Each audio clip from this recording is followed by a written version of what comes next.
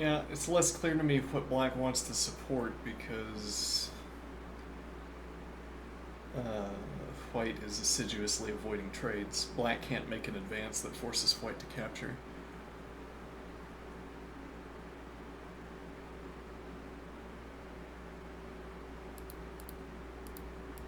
No, neither of these two advances work, and you don't have the follow-up advance captures F takes or D takes either way, or both are considerable.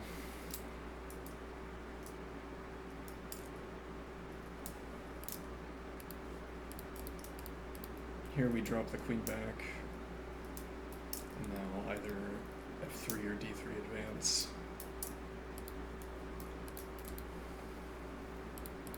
Here we have the capture.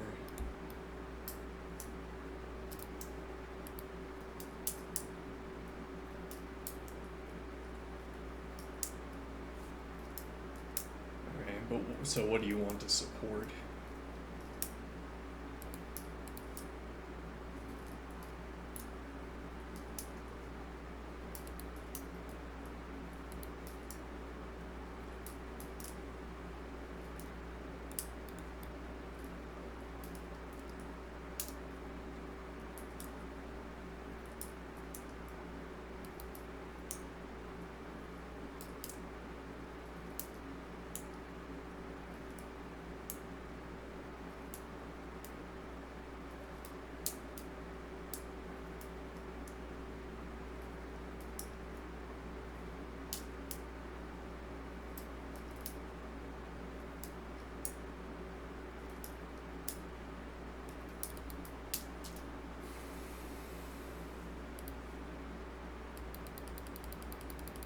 Okay, though we're discounting or not considering. Well, I'm not playing bishop e2 until the queen is already on g2, or until later at any rate, because I can't allow this trade. Currently, this move is bad, I would say.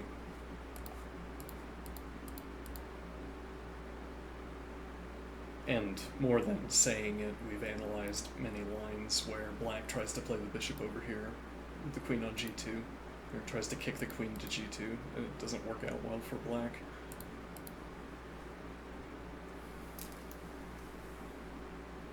But still, I can't play bishop e2 because now bishop g4 allowing the trade. So I'd have to commit the tempo to queen g2. We're still early in the game. I don't want to spend another tempo moving my queen. That would be foolishness.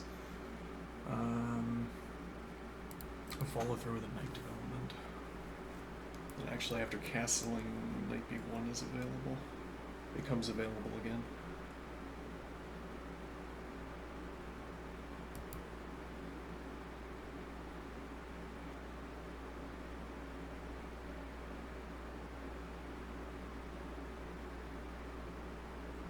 It is interesting that black has spent Tempe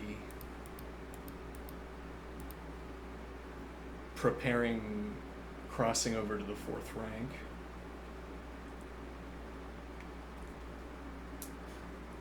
It's like if we imagine preparation as not, well, if we imagine in our mode of analysis preparation meaning supplying points of pressure,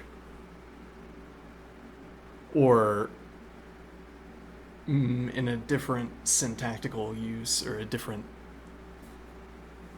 use for that term,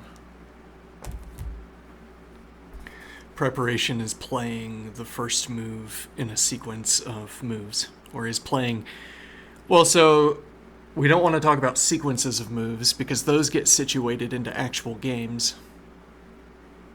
So when I say the first move in a sequence of moves, if I start a sequence at any move in a game, that is the first move in a sequence of moves. Which is not relevant, not a useful way of talking about what we're trying to talk about. So rather what I mean is that you could want to bring about a structure. Okay, so preparation is a step in the construction of a structure. As in this case, where queen g2 has to get spent at some point if I want to complete the structure I want on the king side.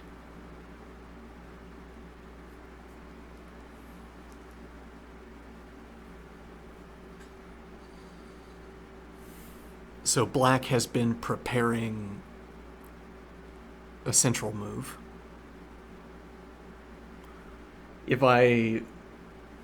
If, for instance, I isolate my view on the pawn moves themselves, then I see black play e5, and then I see black play e4.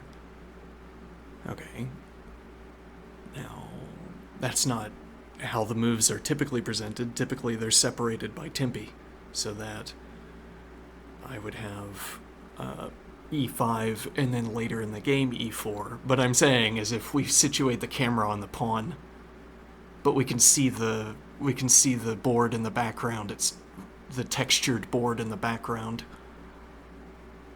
Okay, so I put a camera, zoom way in on the pawn, and then at some point I see it move. Now what I have is time defined in terms of the movement of texture.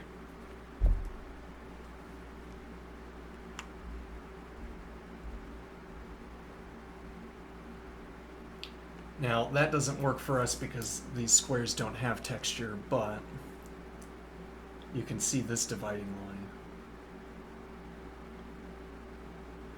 Right? This is time for us if we're zoomed in like this.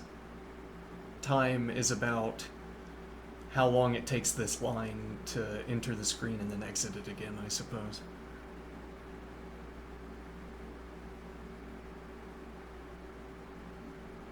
Okay. Now, this is purely the animation that plays, this moving from one square to another, is the animation that plays when black moves a pawn forward. If we had a wooden board, the wood would be textured, and then if we zoomed in like I'm suggesting, we would see the textured background moving by at a finite speed when the move is played. Prior to that point, we wouldn't have any motion, we wouldn't have any movement in the frame, because the texture is fixed. And the pieces don't otherwise move. Okay, so I play the video forward, and then, what is my point here? That when we're talking about move sequences, we're talking about time in terms of moves being played. We wanted the visual metaphor, the visual analog of the piece on the board for the idea that we could preclude other pieces from consideration. And I mean, since we have piece movement as tempi, as tempo, if there are no moving pieces in the frame, there is no time passage. So we zoom in, we cut out the rest of the board, perhaps. We slice up the board. Okay.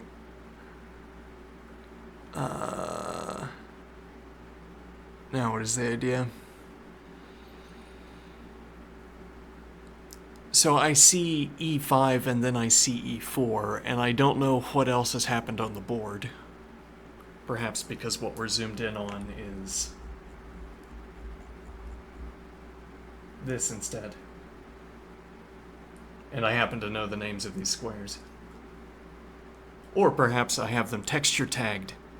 Since I can see the texture on the board, I can have a hashtag database, not hashtag, rather hash table, keying texture PNGs to square names, and vice versa. A doubly linked hash table, as it were. Now what am I thinking? Right, so I see e5 and then I see e4 get played, but I don't have any conception of the amount of time that has passed since between these two events. Okay. And then if I say, these are the moves that constructed the structure, you would understand visually at least what I mean. I mean that if instead this structure was on the board, Okay, now I give us only the two central files, and we ignore all of the activity off of those central files. Though that allows piece activity on all of the squares behind, I suppose, if that's the slice we're giving ourselves. But okay. So there's space behind. And we're saying that when I isolate the two board states with, so D5, so I show you the initial board state prior to D5, then I show you D5, then I show you the state with E5 and D5 on the board, and then I show you the state with E4 on the board. And now the background, or the pieces above and below the central pawns, might have changed, because in the intervening time, a piece move might have, e.g., taken the queen off of D8, or the king off of E8. And then during one of these transitions, from D5 to E5, etc., during one of these transitions, either of these two pieces would move off of these squares, or they would not. But in the case where they have, or the case where they have is permissible, or it's fully within our example, as where you've castled or moved the queen off of D8. Okay, so that the state of these squares could change, or for that matter, minor pieces could move to these two squares, and these two squares could be in different states when I show you the frames of pawn moves. But when I group these these board states that correspond to when the pawn move occurred, when I group them together and say that this was the construction of the central structure, that seems to make sense. It makes more sense when, or it more obviously makes sense when, as in the opening, the opponent cannot stop you from constructing a structure. So this would be like describing a development system. You say, in this development system, by force you construct a structure. You do this from move 1, and then you start the game with the structure. It doesn't matter what the opponent does. Practically. Maybe there's some unplayable lines that you have to learn to defeat. Okay, then when I group together the board states within which those pawn moves are represented, or by which those pawn moves are represented, when I group them together and say this was the construction of the system structure, that makes more sense to you, I think. Whereas thinking of a move on turn 2 and a move on turn 20 as pairing together to form the construction of the central structure seems correct, if anything, in an academic way. You wouldn't practically group together those two moves, even though they are necessarily sort of concomitant in any line where E4 is getting played only with D5 support, as occasionally happens, as regularly happens.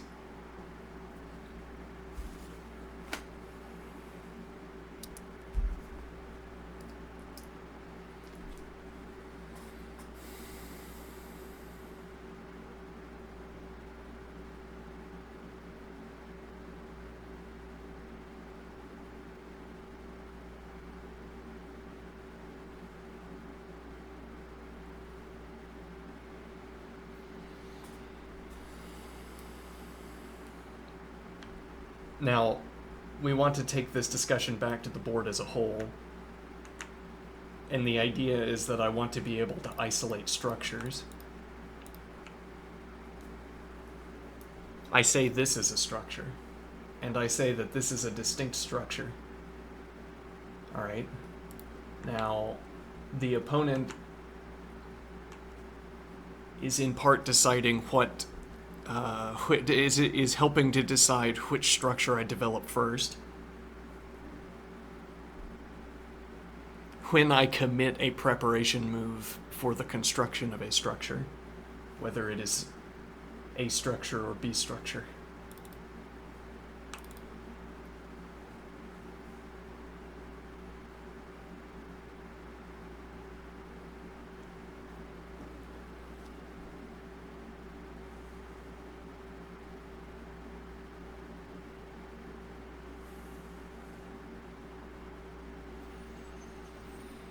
Okay. With all of that in mind, the idea I want to get at here is that black has been preparing the e4 advance.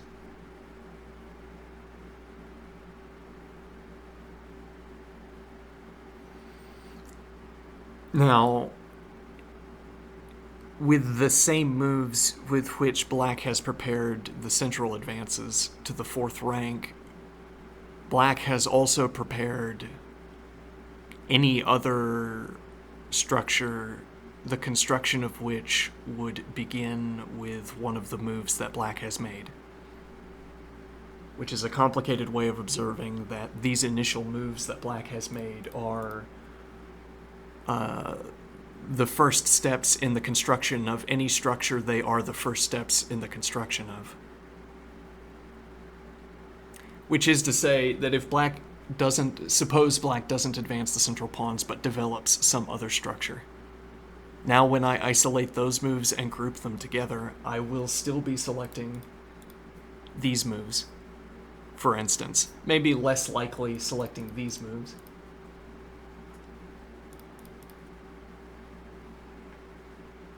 Because then you'd have to be saying this central advance prepared the fianchetto, for instance, which could be true, but that would have to be the analysis that this pawn is involved in the structure and was... Well, yeah, okay, that maybe is the more direct point. You'd have to incorporate this pawn into the structure, because by this mode of speaking, any board state we're isolating is the representation of a preparation step. Okay, and a preparation step builds a structure. Okay, this can't have been a preparation step for this structure unless it is part of the structure by the way we speak.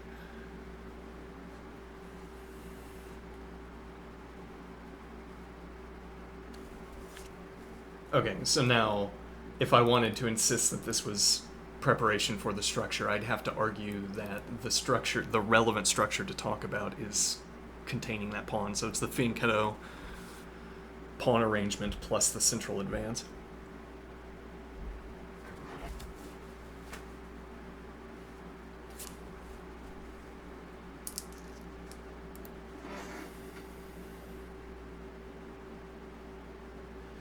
But I want the idea... Well, so...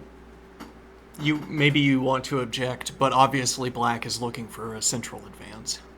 And so these moves were, in fact, preparation for the central advance.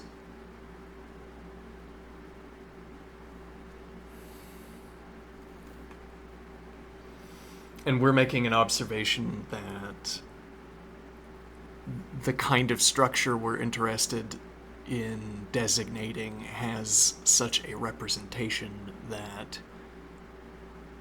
its substrate can participate in the representation of more than one structure.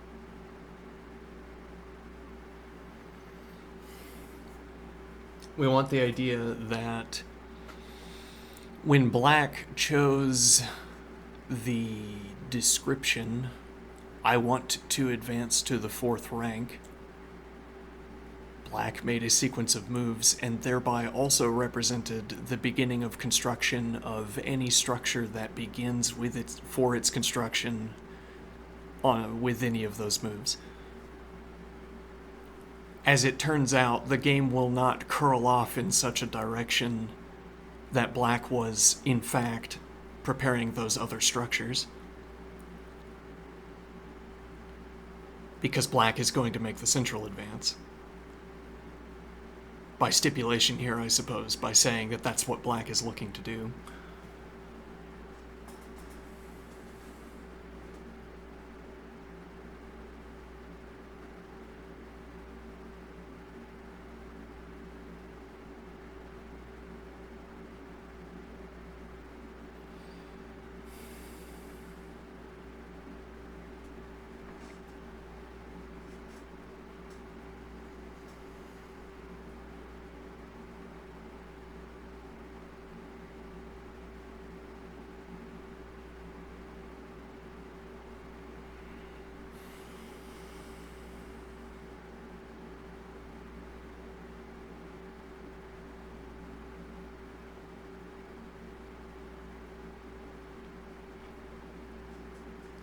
I want the idea that when black chose this description, black began making moves that prepared fewer structures. The idea being that someone... So the opponent... So black says, I'm going to advance to the 4th rank, whereas white says, I'm going to turn my position into a honeycomb of activity. I'm going to maximize the sort of move availability to my pieces. Alright, now naturally with that description, supposing we think that white is able to bring about such a board state, with that description we would expect that white is cultivating more possible structures than black is. Because black has a specific structure in mind that black wants to bring about.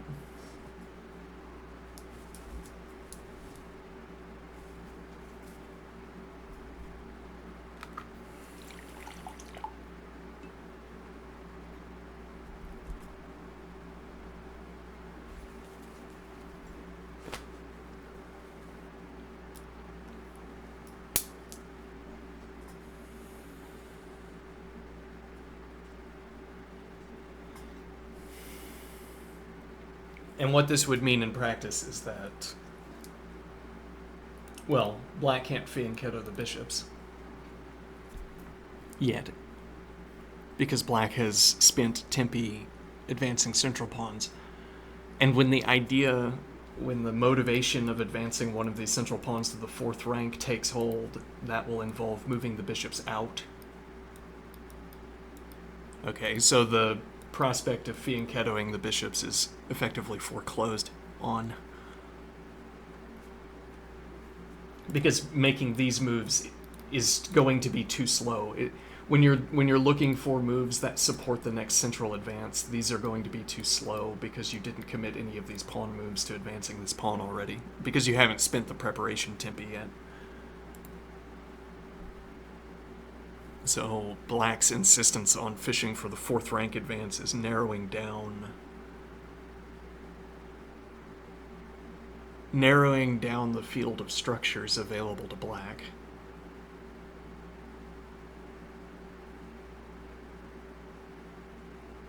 An obvious case for that description, narrowing down the field of development possibilities, if you place a piece onto e2 here, if I put the bishop on e2, I remove the square from the knight. And in other openings, that would mean that the knight doesn't have access to e2 for quite some time, perhaps. Or it might mean specifically that the knight is looking to get to f3, though in this position we have the queen there, so that's not going to be available. Now, yes, so the idea being that in a more popular opening, there's piece competition for e2. If you feel compelled to place a piece on e2 and deny that square to the other piece, you count it as a kind of loss because your pieces are interfering with each other. But this board-based reason why this is a bad move in more popular openings is that those openings don't allow for the bishop to get back off of the square.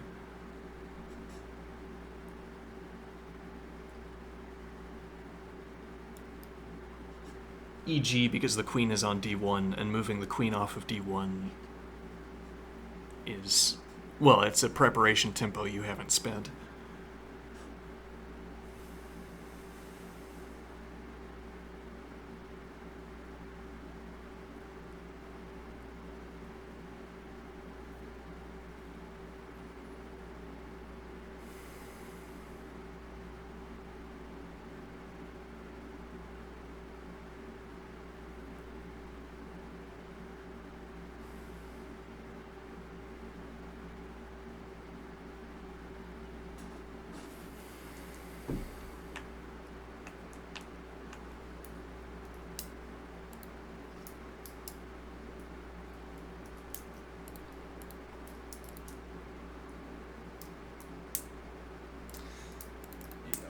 Can't play the knight move out until we've committed the queen.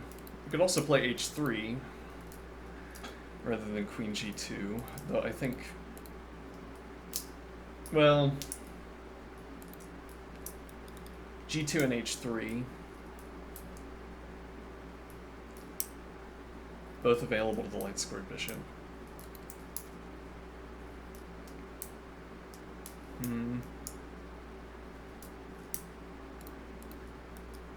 I want to open up bishop e2, thence to open up bishop d1, though there's competition for both. Yeah, there's competition for e2 from the knight on g1, though.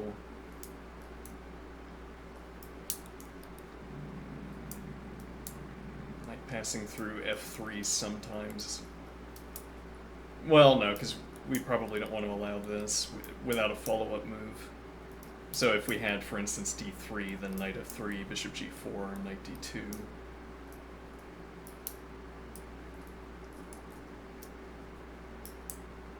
And then we can kick the bishop off the diagonal before committing the knight to d1. And then a critical point here that you'd be committing your bishop to g4,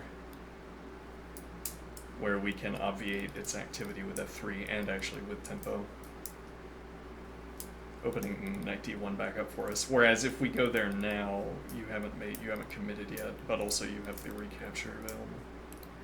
Though actually, now that we've dropped the queen back, yeah, well, that would be an observation prior to playing queen g2, where knight d1.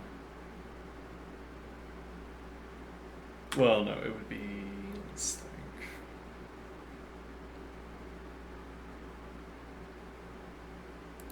Okay, let's suppose you play, okay, now we play knight f3, bishop comes out. We have to spin the tempo first.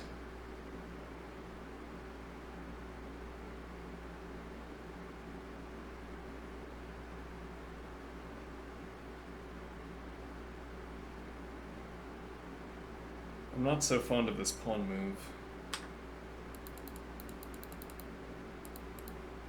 Or rather, its committal. This would decide much of the ensuing game.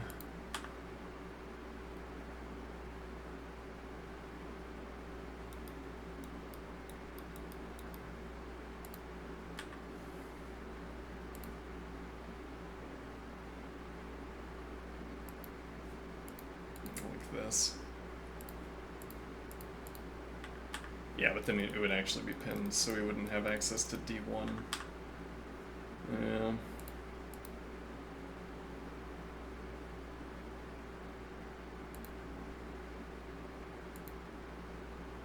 We could do this immediately.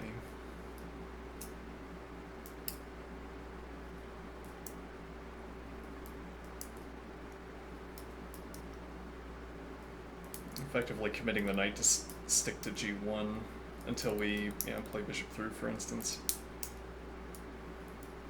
Alternative, we can commit to c3 and look to play bishop d3.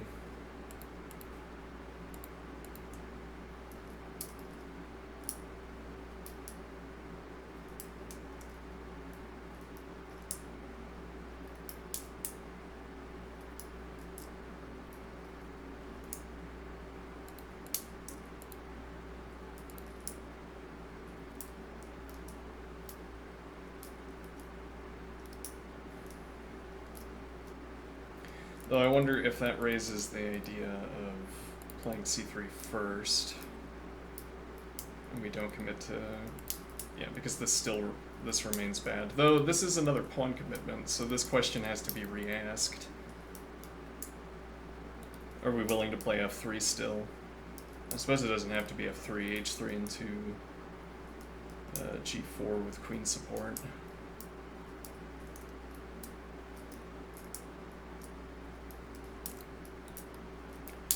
d4 heavily supported.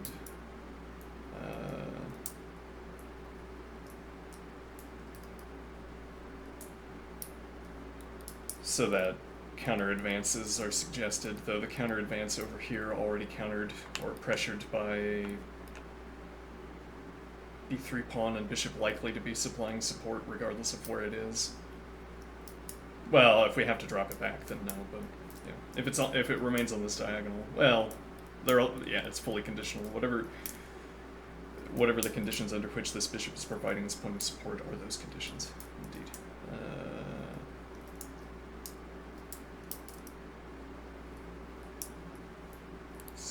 Bishop out, f3.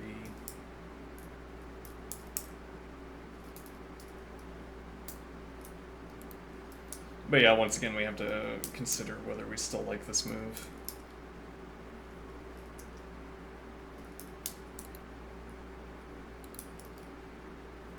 Now that we've committed to c3, whereas if we haven't played c3 yet, well, yeah, we haven't moved the queen yet, but we'd only be committed to this structure.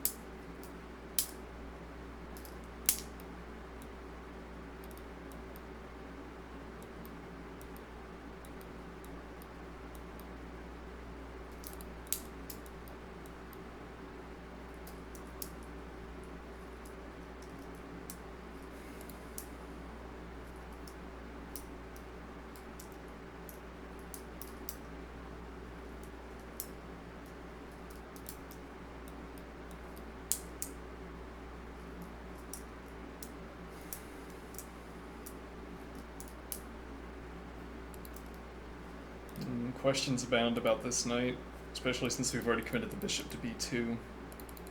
We didn't have to do that, though. Well, maybe we did a little bit. There's always h3, but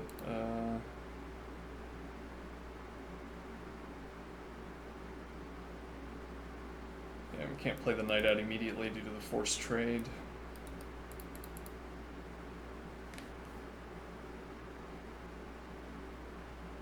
Commit through, yeah, then why did we order b3 here? So the argument for this ordering is that we want to delay the tempo where we have to, well, there's an accumulated explanation for why we're putting moves in front of queen g2, and they have to do with the development cycle of these two pieces, cycles of these two pieces.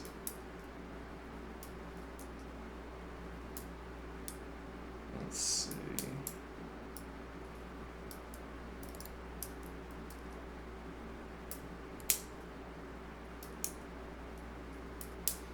Yes, and the fanciful dream of... Huh. Maybe that's not so fanciful.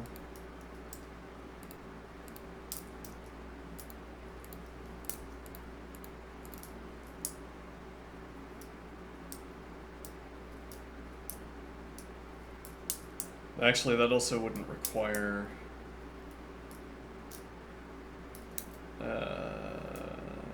that wouldn't require playing h4 first.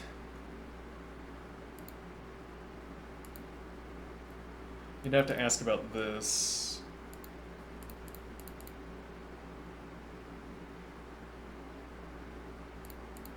Hmm. Yeah, that's a little bit uncomfortable.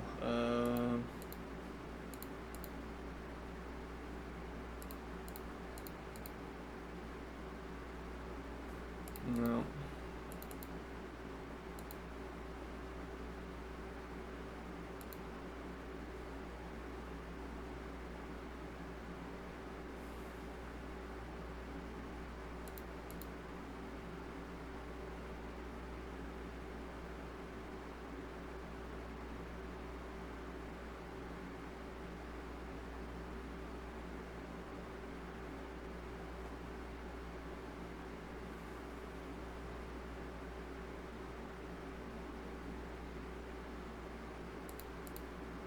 Hmm.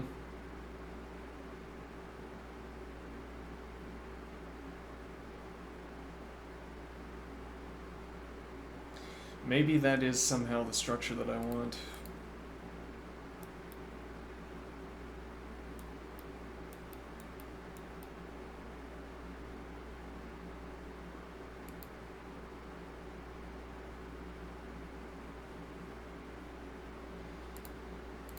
Well, now I can play bishop e2 without committing the tempo for queen g2.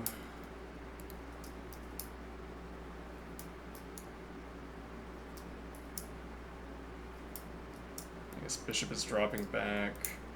Bishop. So we have bishop on d1, e2, and d1, d2, and e2, leaving us with.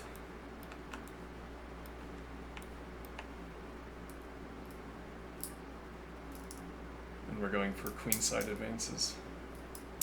The knight starts the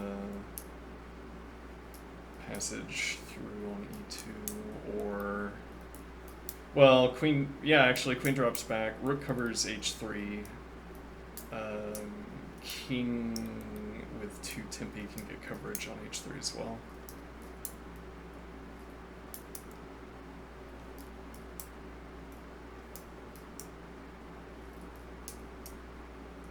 And then we could develop the knight last.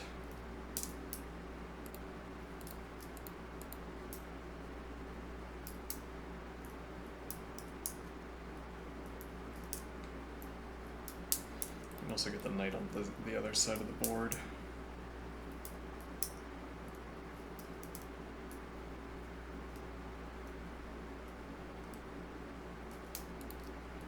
Also, that's not available because we haven't committed to queen g2. And black can't make us do that, interestingly. Can't, you say? You know.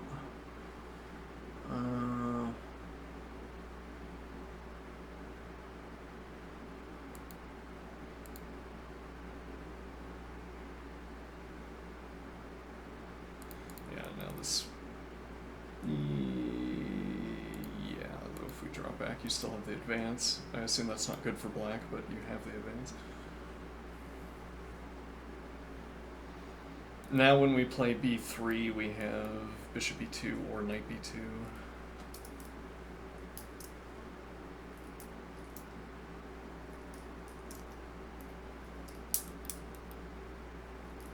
And depending on how all of these pawns shake out, we could be looking for f4 and early king development, or regaining access, or gaining access to f2 for the knight. Keeping this avenue open. And then up to king g2, we still have queen g2.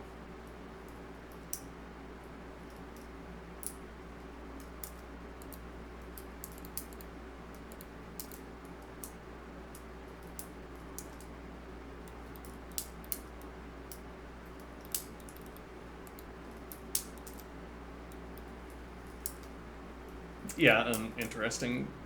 If the knight gets developed first, queen drops back to g2 to cover h3, then we can castle, dropping rook support, after which king h2. Though then you have to be worried about heavy piece activity down the file with pawn advances. But okay, we're going to have diagonal support.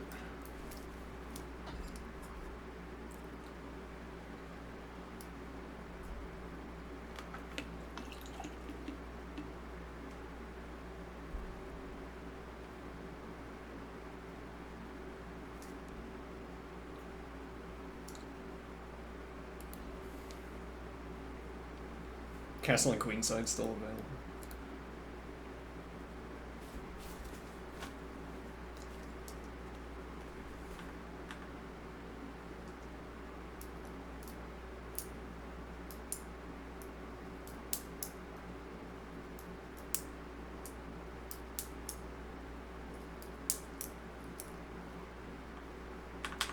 And if you don't make this advance, or here isn't a problem, we're looking for f3. That's interesting, though. I don't think that's going to work so well with queen support, so bishop drops back. Or bishop out. We keep minor piece support at least over these two squares.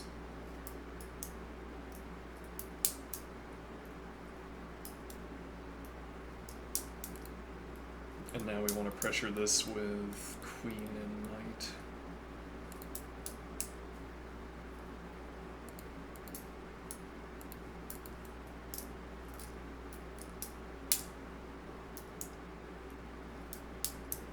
With drop back all the way to g2, so there's no... And bishop still defending b2, along with knight.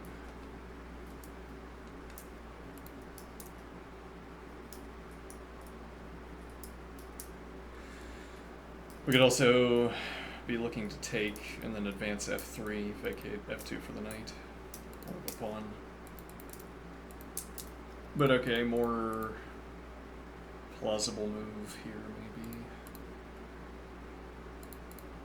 Denies here, and now we're looking for knight b2. Also denies the advance. Ooh, denies knight b2. Interesting.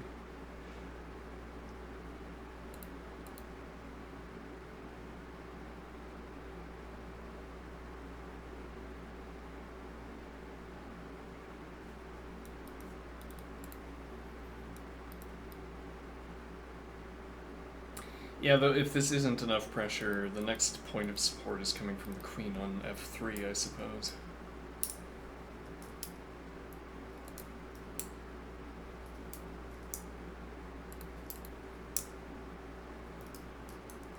Well, and you will have to supply the next point of support. That plausibly doesn't work because we are willing to play here.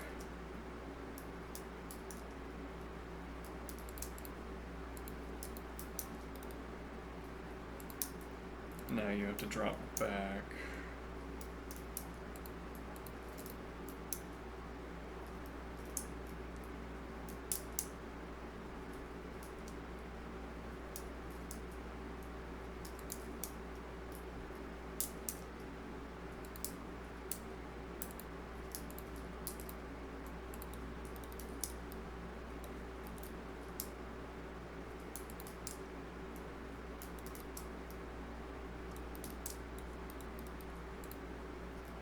We don't have to move the knight because you can't pressure it.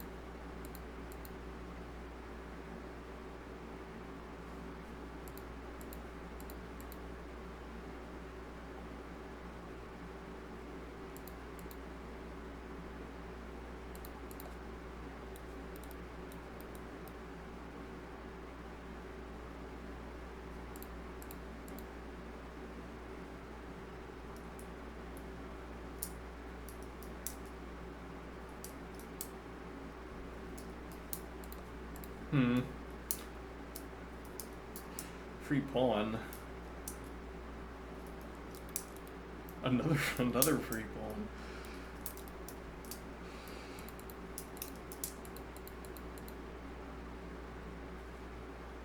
Yeah, because this is bad. And if you can't make this advance... Well, and I guess the reason you can't make this advance is it's too slow. You have to be playing bishop d7 because after You don't have to play at that tempo, you have a spare tempo, but...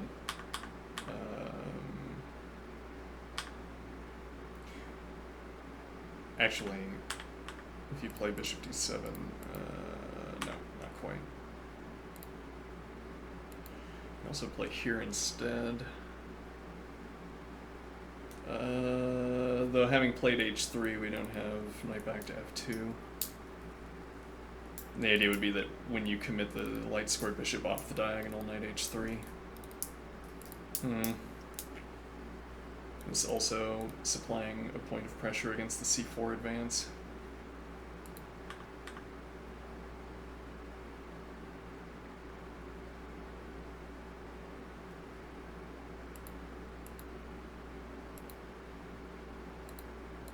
Yeah, like here, to remove the defender. Interesting, actually. This is tempo critical. I guess you're dropping back here, and now we can take... can we? Yeah, we don't control this, so we can't pin the bishop.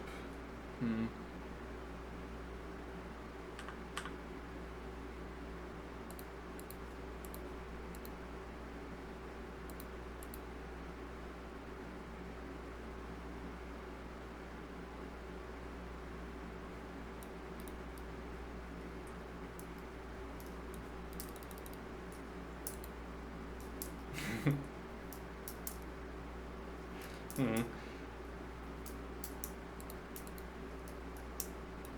get somewhere like here with tempo. Now you have to claim tempo with a knight. Not here.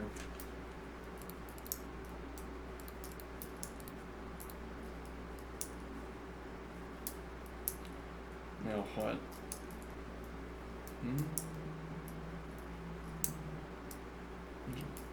Black has a really exposed queen. Why did you develop the queen so early, Black?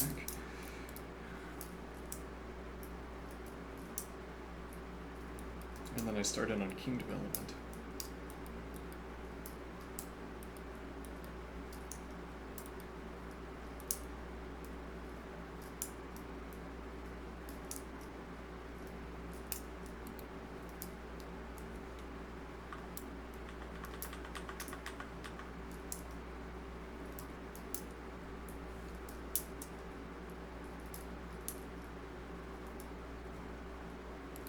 Queen's off color. So you can't leave the diagonal and then get rook support.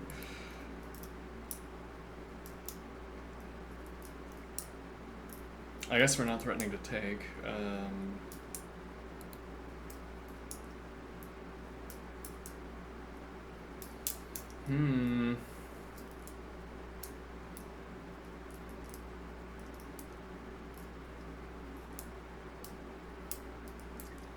Continue development as normal. Or actually, this is the continuation of the thread.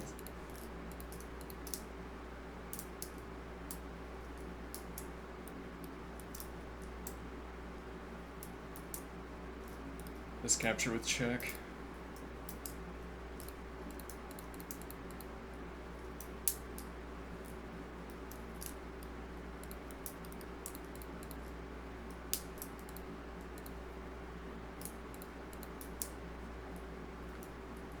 Material. And actually, yeah, the king structure is top quality.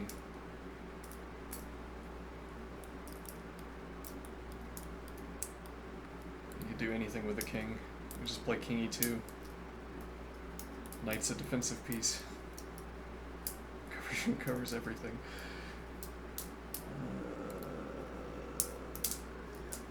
Lower diagonals. We're strong.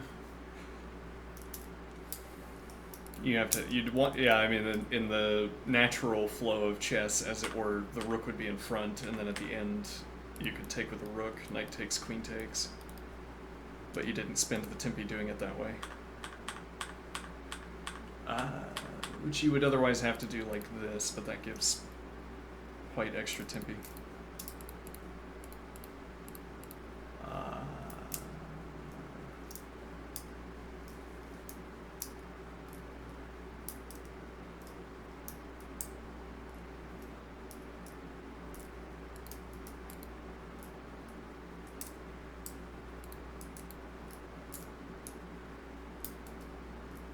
Gets to retain the diagonal, we can't advance into this.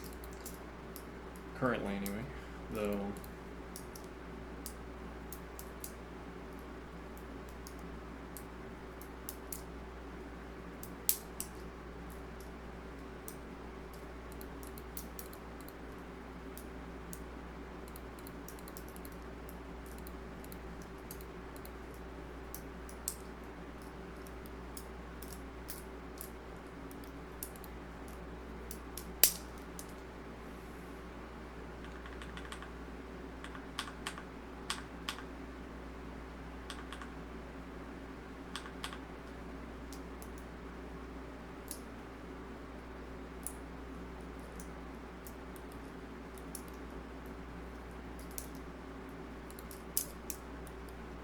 Yeah, though. Yeah, well, the later in the game it gets, the more likely h4 becomes, because there are other reasons for wanting to play it.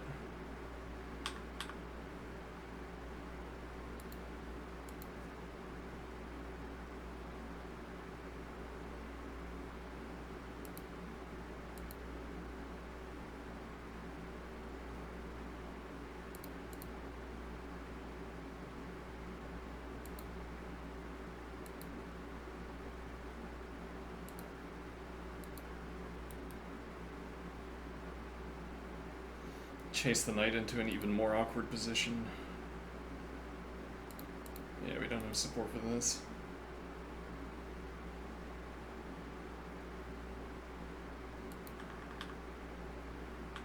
Queen's a little bit too exposed. It's too early to be doing that.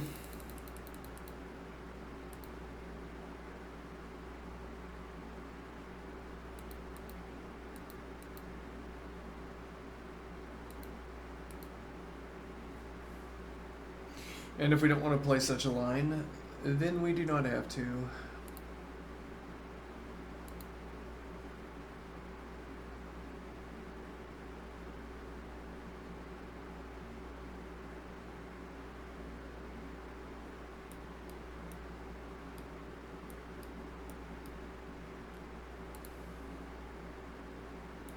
Yeah, this h3 move.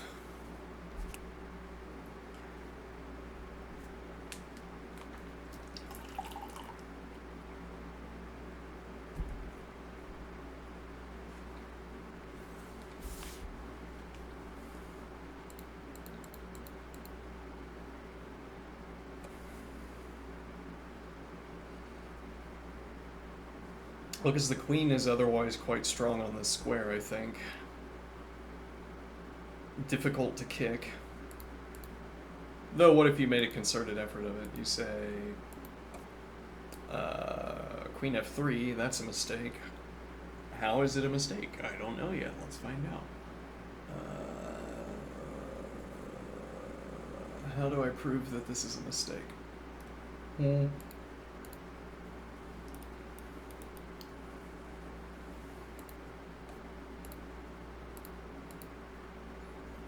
With knight support.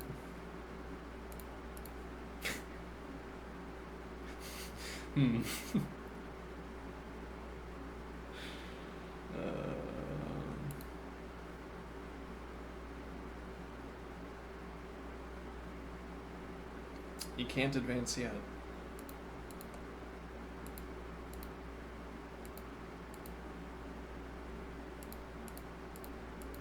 And now you force the early queen g2, interestingly, because if I'm committing this early... Well, so we're asserting that if not otherwise pressured, the baseline mode of development is getting the bishop from e2 to d1. If we didn't have to parry central activity, we would get this done immediately and then consider afterward, I suppose. So re-establish access to e2.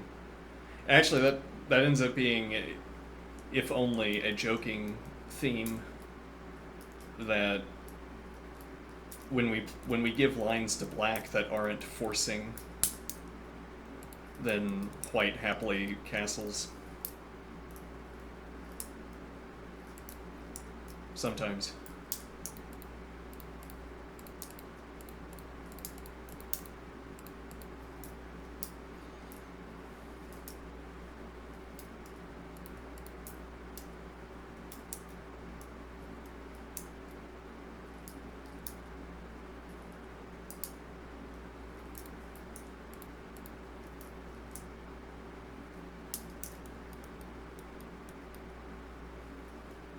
actually denies the advance.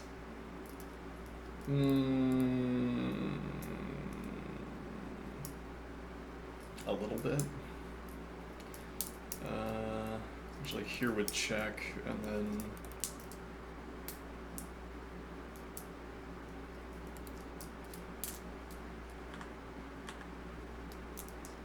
takes, queen takes with check, and white's up a pawn.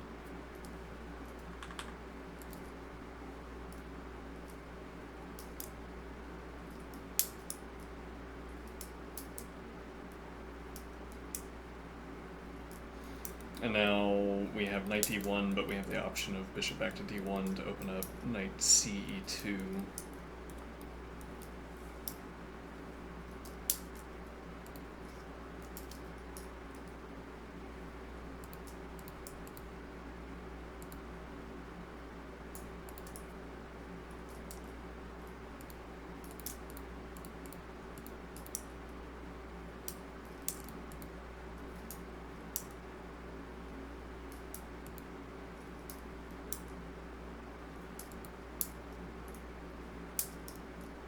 A claim.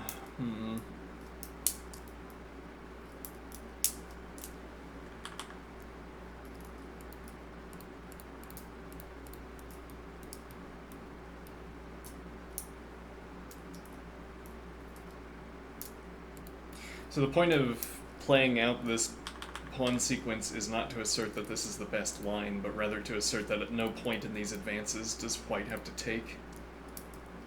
If white had to take at some point, then we'd have to analyze whether that's bad, whether taking is bad.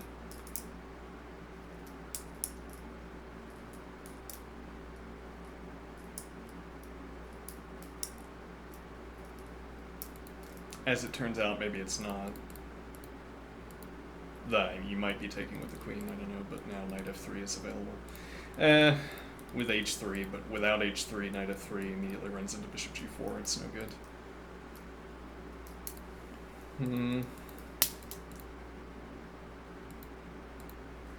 Or otherwise, we can develop, we could do b3, which is a good move, even if I don't end up playing the bishop to b2, because we still have the option of knight through to knight d1 through to b2.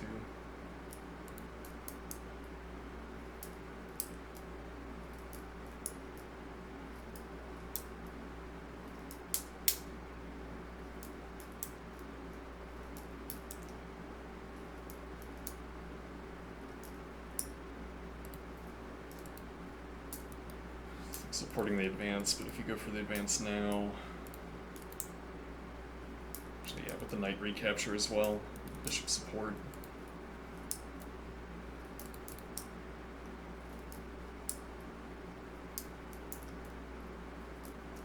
Yeah, we don't have time to vacate through, so now we do have to take.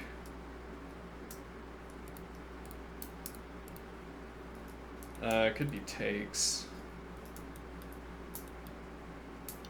No, probably not. Here we'd want to assert that the whole ploy was to get bishop to f3. Otherwise, if we have to drop back to f1, we wonder why did we play bishop e2 so early.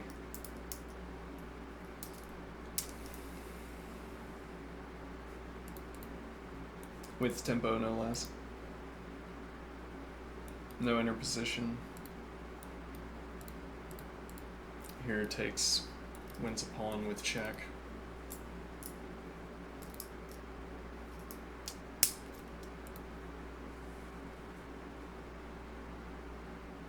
And there might not be a good answer for this. You might, even dropping bishop back doesn't work, though white's willingness to take in that case might be limited.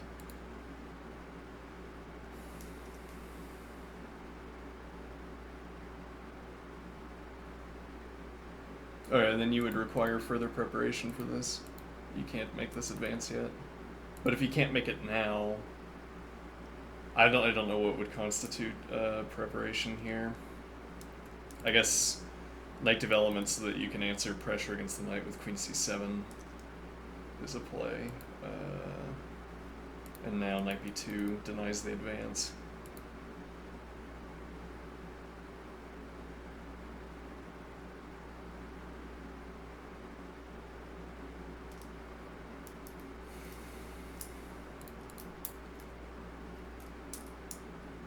Mm.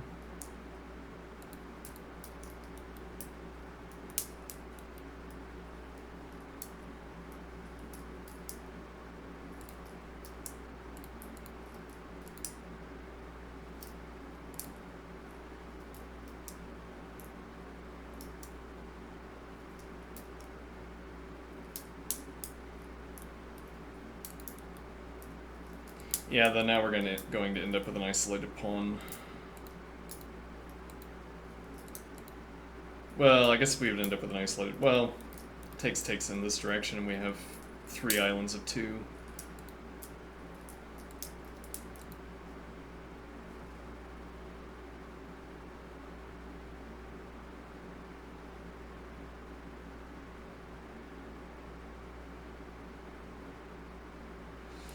Queen back to f1 can supply more pressure against the advance. Is it true that you can't advance here? No, I guess technically not.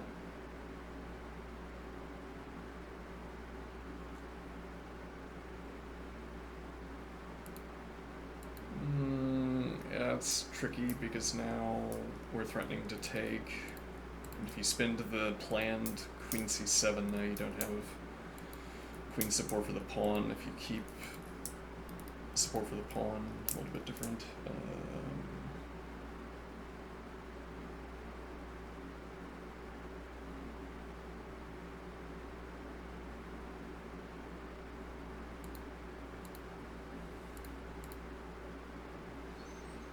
Yeah, or the G advance with heavy piece support.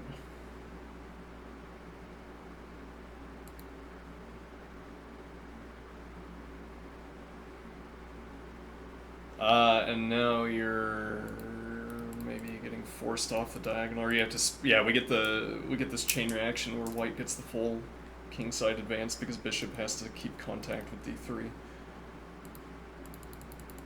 Well, and if you don't, yeah, you don't have this avenue, and you don't have this either, and the support is inadequate because we have the knight on b2. If you give up the diagonal, that's not how you do it because, well, actually, yeah, you don't have a good way of doing this. Maybe here, you have rook d8 to stack support. Queen drops back with winning pressure. You give rook support.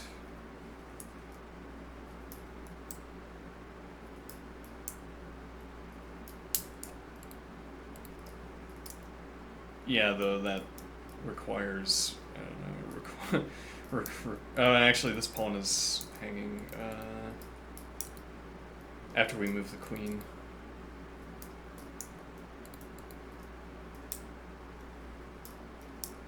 Yeah, so we haven't spent the tempo pressuring this yet.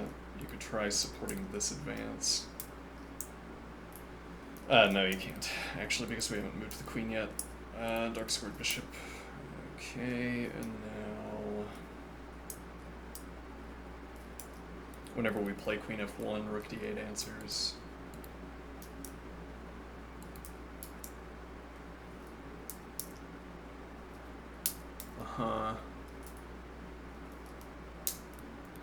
No access.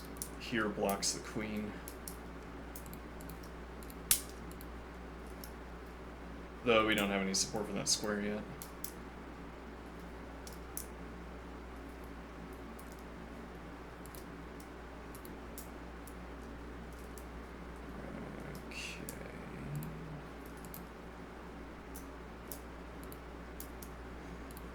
Here.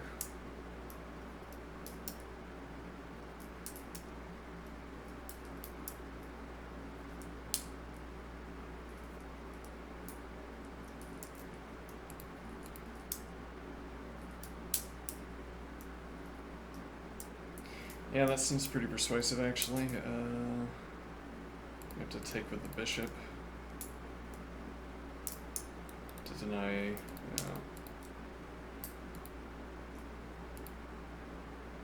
Now I guess we're having to take with the queen. So we are up a pawn. Now you pressure the queen. We take. Delivers fork. Pressure takes queen. That doesn't work Look out for black. Take the queen immediately, we take the knight.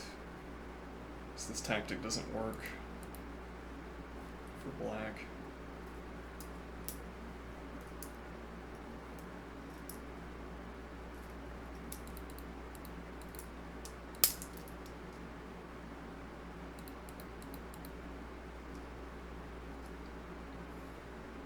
But yeah, black could be interested in pursuing this earlier. Here. Though my willingness to play both king d1 and then... yeah, I guess we'd want that for the knight. And then this drops f1 as a resource.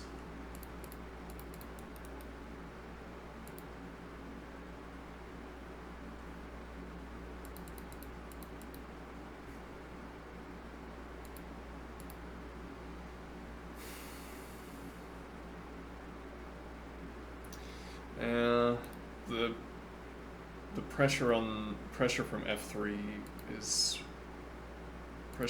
seems relevant. But okay, this is a way of getting the knight to e1.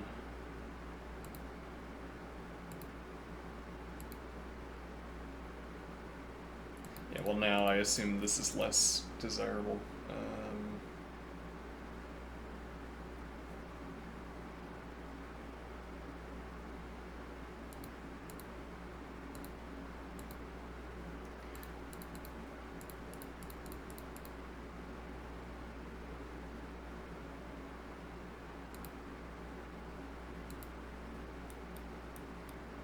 But now c2 is more difficult for white to target. Black has bypassed this knight pressure against d3.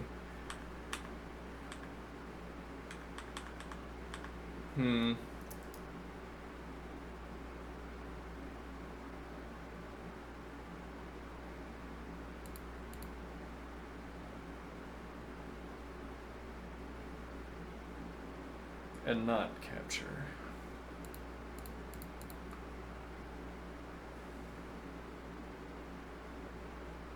Yeah, that seems sensible. d3 with knight support. We can rush the rook to d1.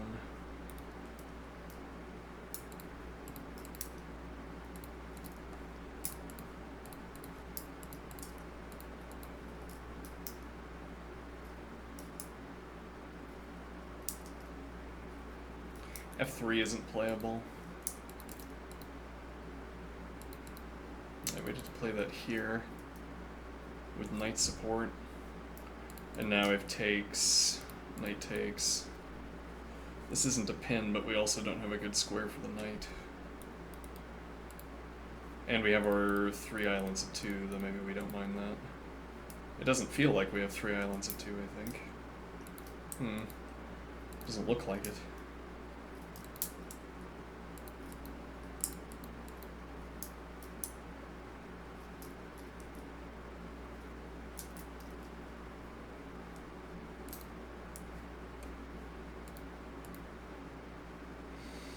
Yeah, this is too slow, we judged, because...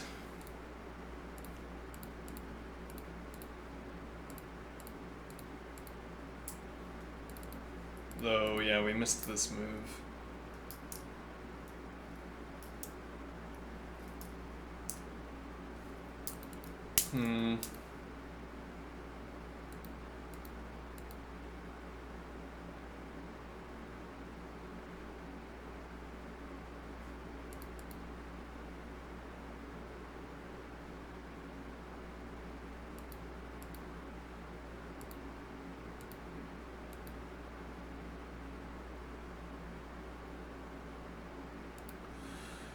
Well, one wonders again.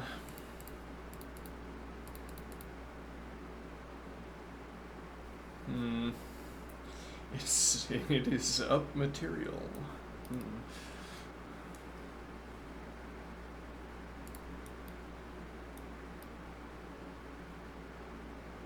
A little bit difficult to secure the king structure, I think, but maybe not.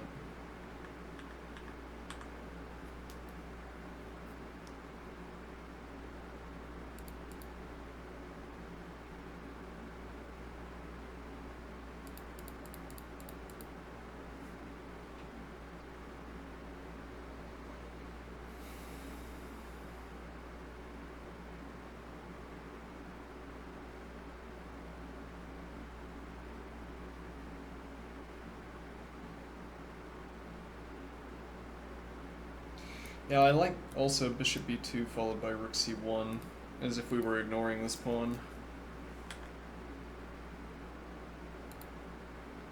Yeah, this remains a problem. We don't have a good way of fixing this, but, well... Okay, and now the point is that we can play knight e3 to cover c2. This also with tempo. Yeah...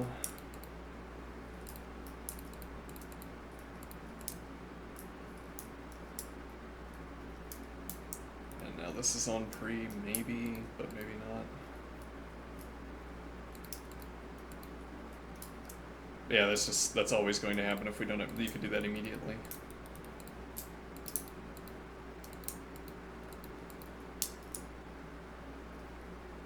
Which maybe means we need to, or have to pressure this first. Yeah, well, we don't, this was sort of a free development move. It's generally good because it allows both, well, bishop access to the diagonal and knight passing through to b2.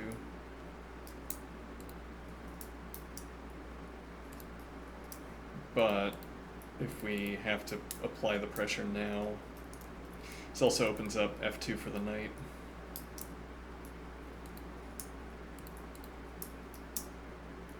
Yeah, but we run into the same problem. Black still has... Oh, and actually c2 is on pre here. Huh. Yeah... Okay, bishop drops back.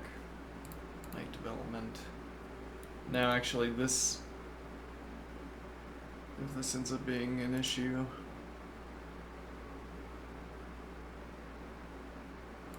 The point being that here takes...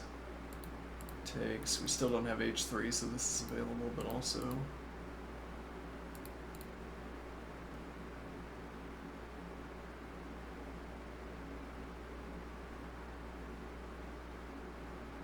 Huh.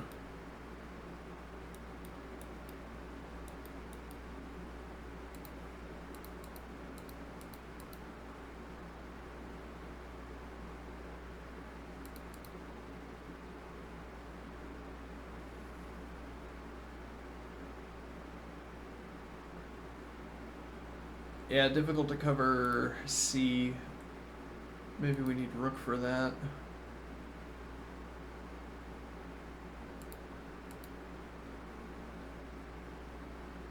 Drop the knight back before being required to do so. We're a tempo up now.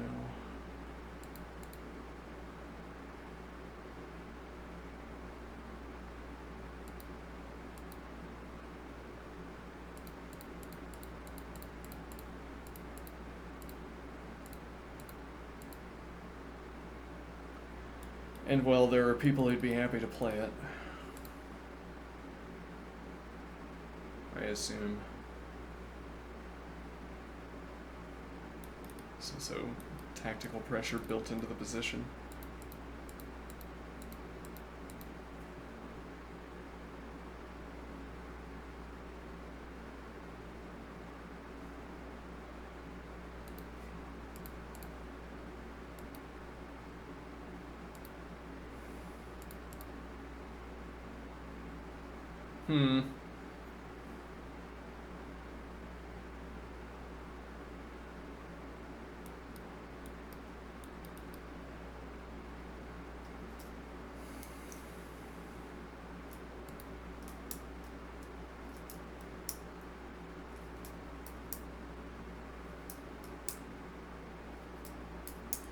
Simply remove the target. And now this is also a trade-off where black's pieces are getting too much activity.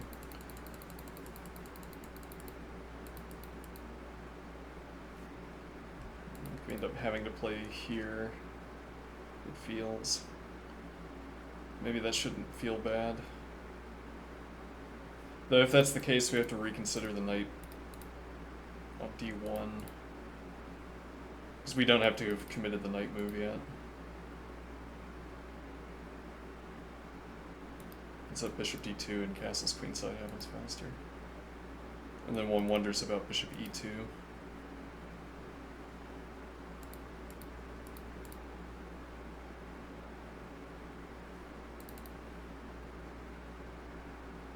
Yeah, we don't have better.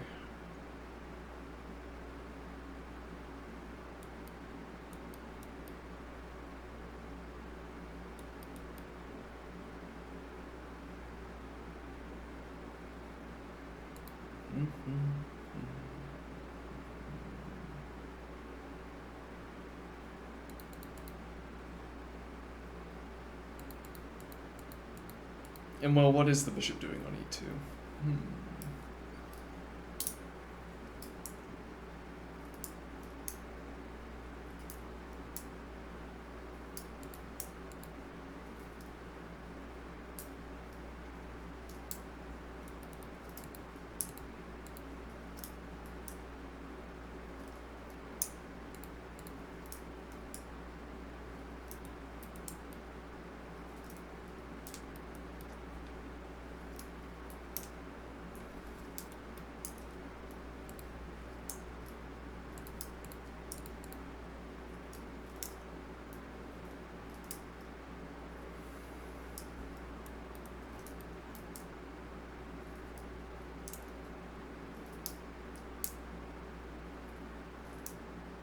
Yeah, bishop g2 doesn't become available unless we spend h3.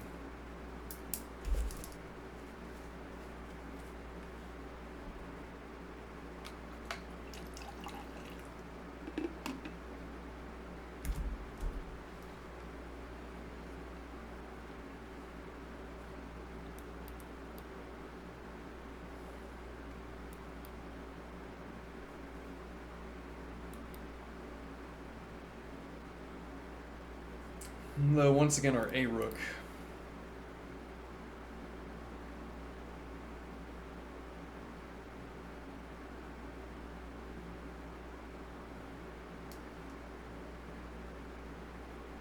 And yeah, we can't commit a piece to e2 until queen g2 or h3.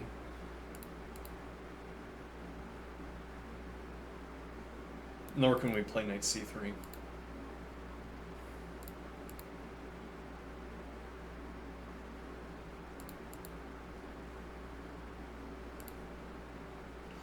Yeah, and this opens up either, well, yeah, it opens up this move. So, I guess an ideal here, we could try to delay until black spins a tempo moving the light scored bishop.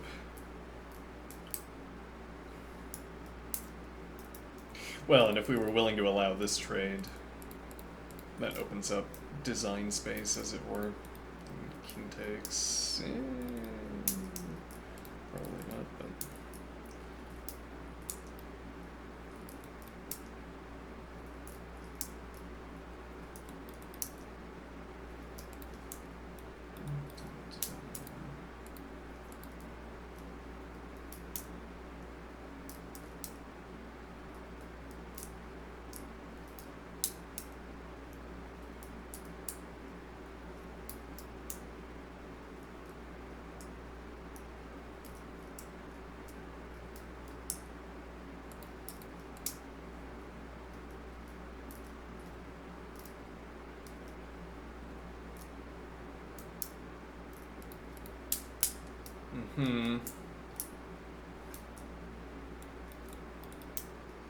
Opening up the knight through to c2 routing.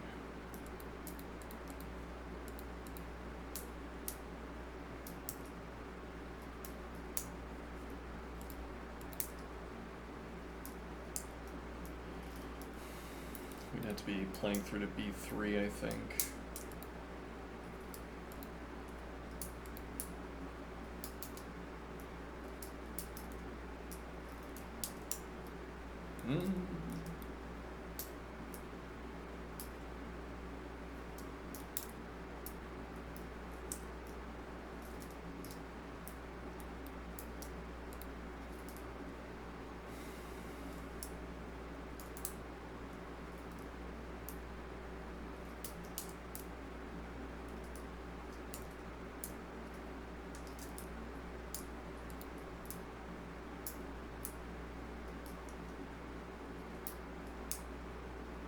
Actually, we have to have g3 here.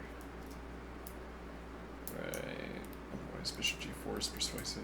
We don't want it to be persuasive. Yeah, knight on d2 also dissuading the e advance, which seems to matter.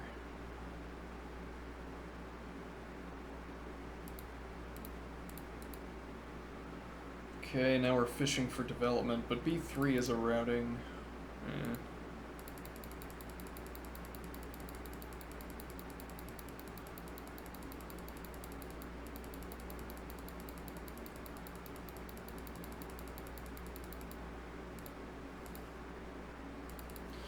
If so, and now the point is that we're keeping a clamp on the light squared bishop, you could always force us to drop the queen back to g2.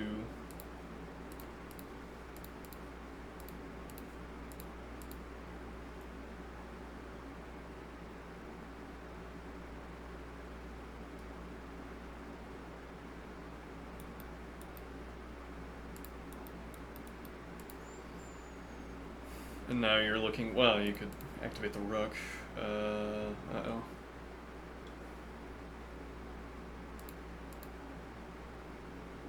Arguably.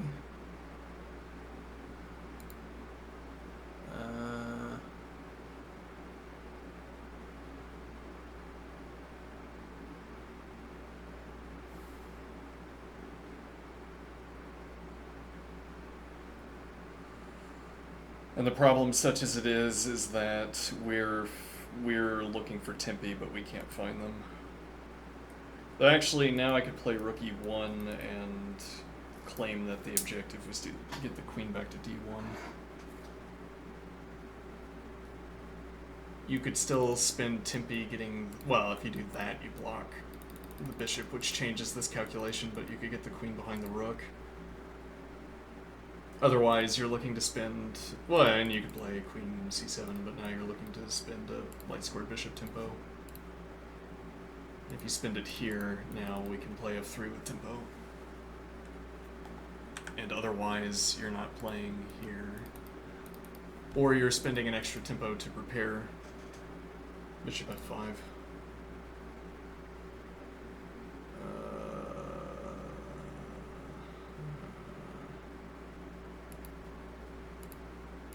And if you play here, well, now, if nothing else, or yeah, queen drops back.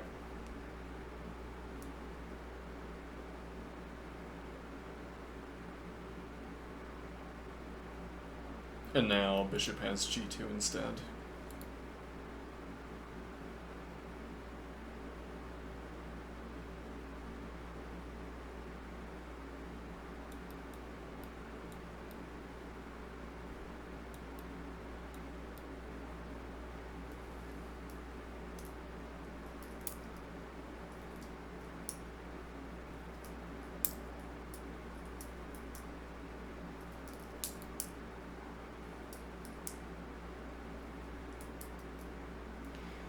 Yesterday's analysis, or maybe it was 2 days ago, White had a 4th rank advance, and that was an unchallengeable 4th rank advance. And having something like that on the board seems to open up a lot of options. I'm not sure what that would be in this case. This d3 advance seems committal. Here, we could go for the c advance. Not currently challengeable.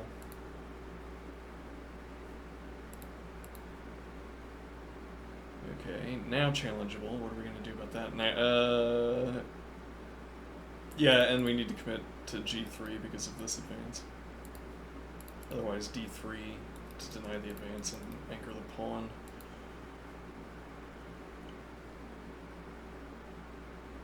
Cuts out a lot of ideas, like the pawn's still on c3.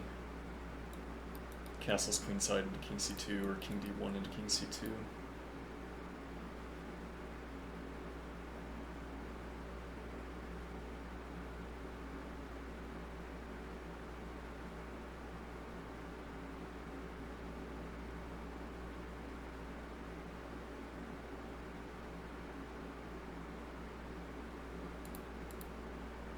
Yeah, it also answers the bishop dropback problem. Up a pawn. We don't have the g2 dropback, which is unfortunate, but...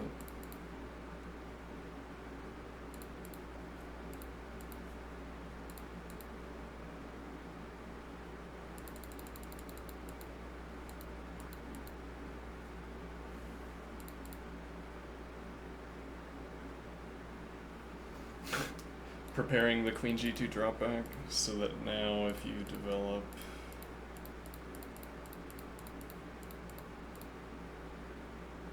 Actually, we also had the c2 dropback, but...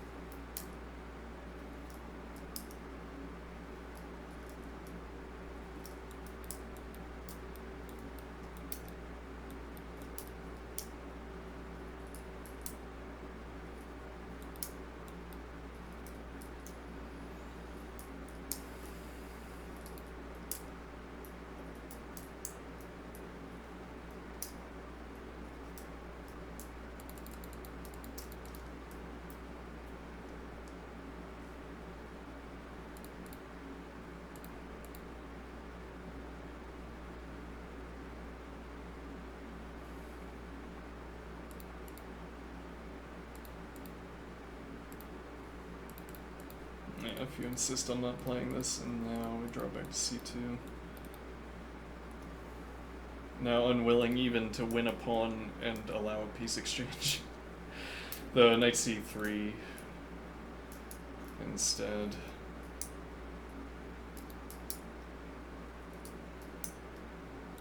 This knight is sort of overloaded.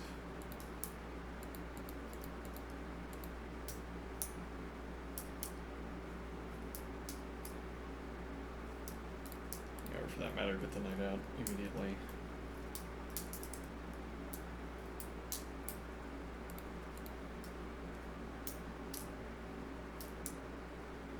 Yeah.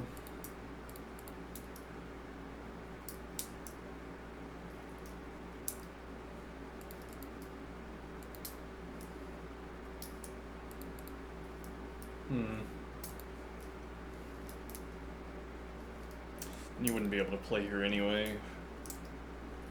Because you don't have the b1 drop back.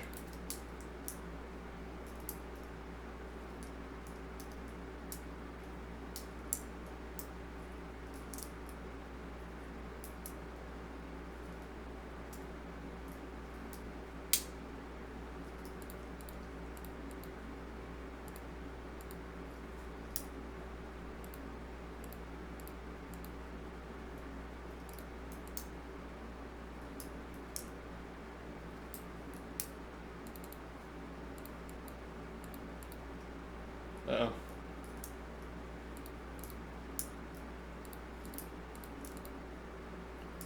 Well, my opponent has volunteered to castle my king. But yeah, piece exchange.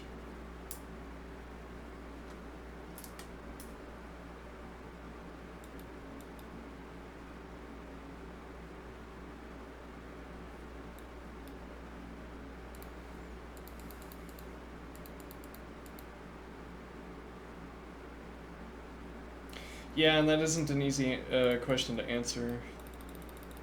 Both of these pawn moves weakening d3. It would have to be denied in advance. Or, yeah, this diagonal's locked, so...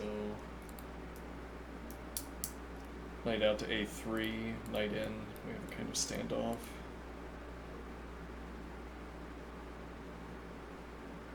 One that doesn't favor white, this is stable for black. Because we can't advance a3 without moving the knight, but we can't move the knight without allowing knight c2. So I guess we'd have to commit to king d1, and then we could play knight back to b1, or knight advance to b5, that we're threatening a3. And even then, this question.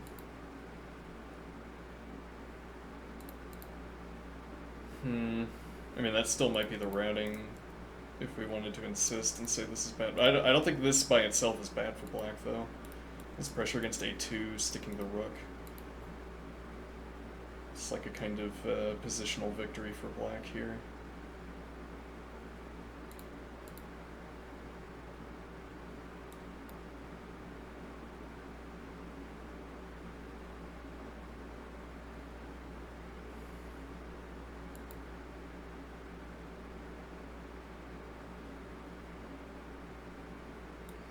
And somehow the idea of playing knight c3 is to make this knight out of place by making it too advanced. We put two minor pieces over here. We can't advance any of the pawns though, except for b3, and that's not going to kick the knight. But fancifully, the idea is to make all of the game activity about the queen side, and somehow that's going to dislodge the knight.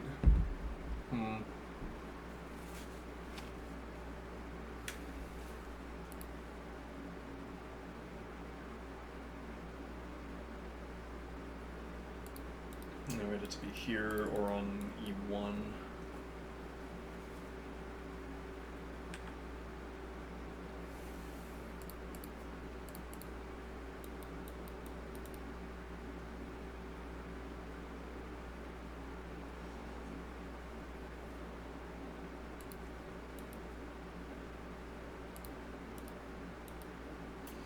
Yeah, that's maybe a point that we're more willing, if we are able to pull a king advance, a3 as the first move. Well, yeah, so that idea of earlier of preparation moves, the moves that have to be expended to construct a structure. If a3 can be the first move in constructing an advanced king structure, easier to justify.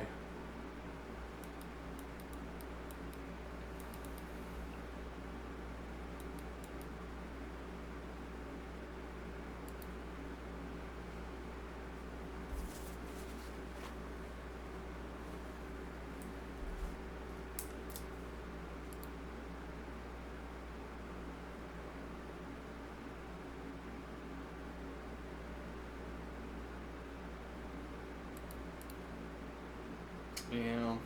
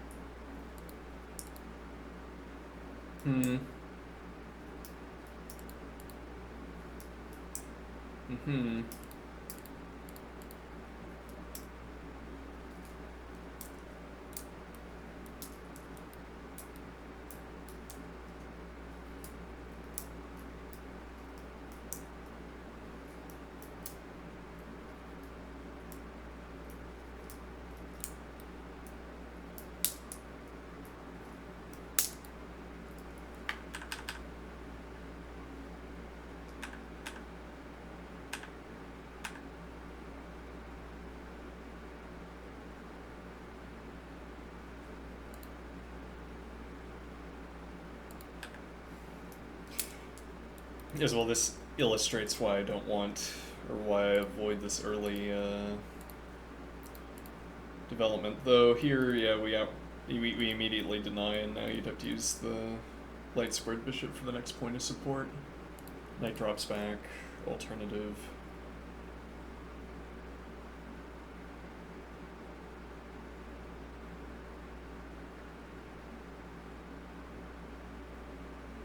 The option to anchor with b3.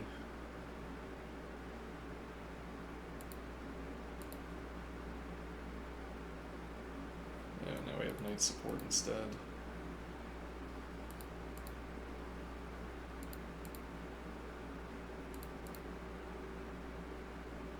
Yeah, but we run into this frequent problem, which is that the light squared bishop doesn't have defense, so now if pawn takes, it has to be queen recapture.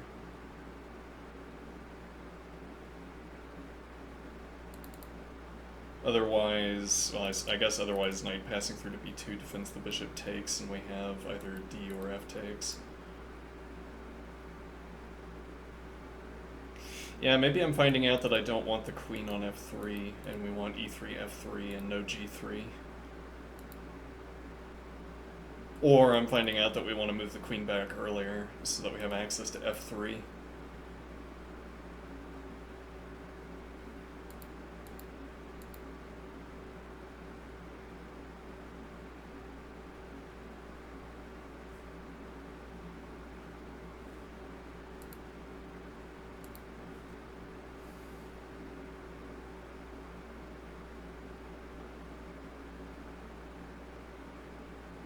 Yeah, it feels like my knights are not participating in the game, and I can't move them in such a way that they do. Or I don't have a knight move that makes my knight participate in the game in the way that I want it to participate. What pawn advance can I support in the way that I want to support advances with the knight?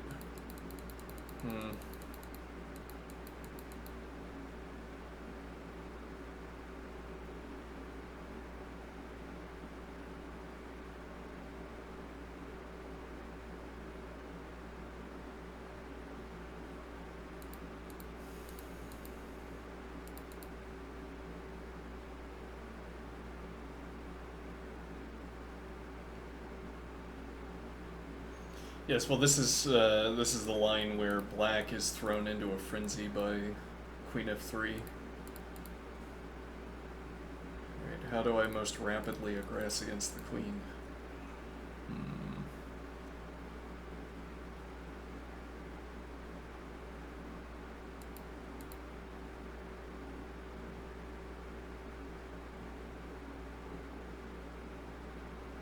Yeah, and I am willing to go up a pawn and trade off the piece and then drop back to g2, so this is unpersuasive.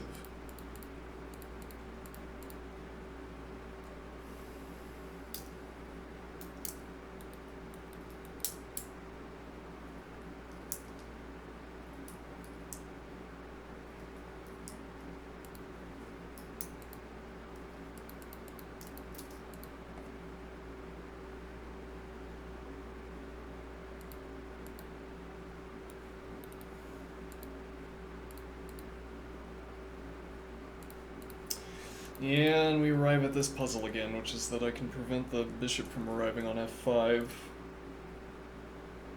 But what do I do with my tempi in the meantime, because I can't use e2 or d1?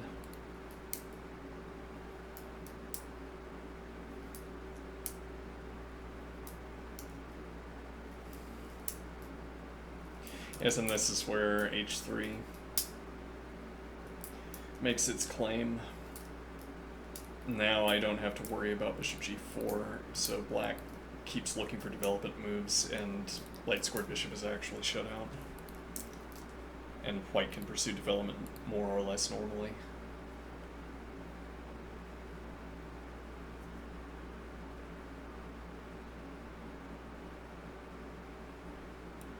I assume this doesn't do anything that I care about.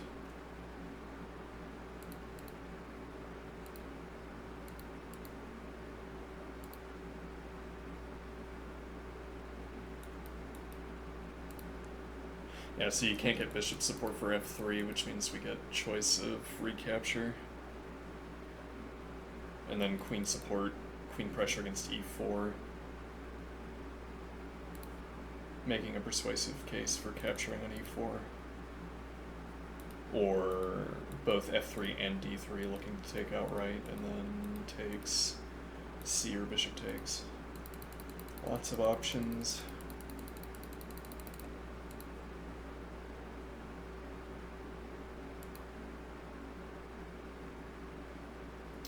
Yeah, g3 does not have a lot of support. Now if I go for f3,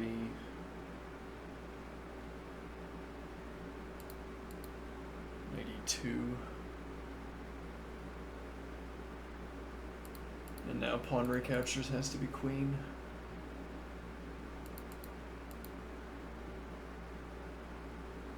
Yeah, we're advancing past. may be reasonable.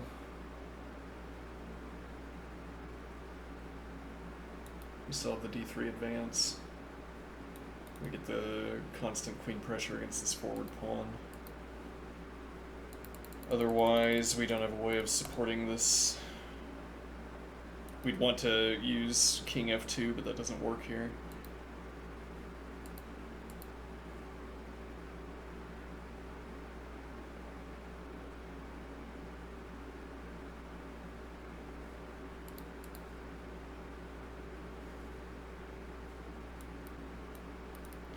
Yeah, depending on how black spins this tempo.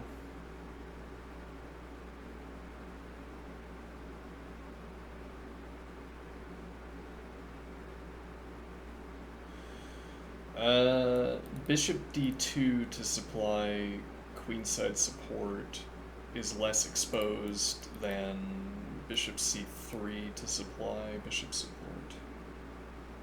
It's also less committal to play bishop d2. If I'm on c3, I have already to have played the c4 advance, or else the pawn is stuck on c4. Or c2, rather.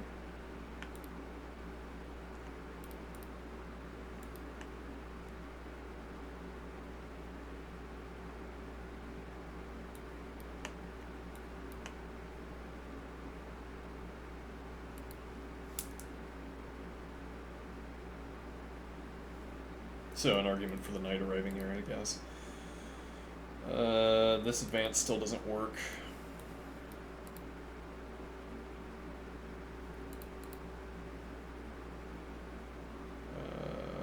It's our turn. Yeah, not having knight h3.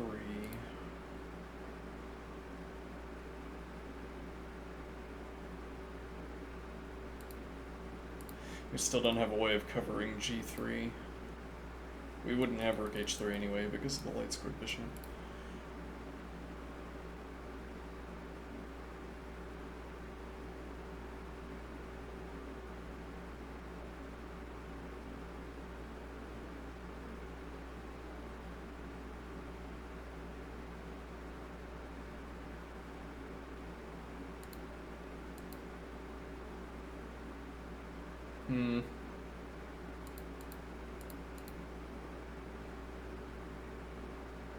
Interesting.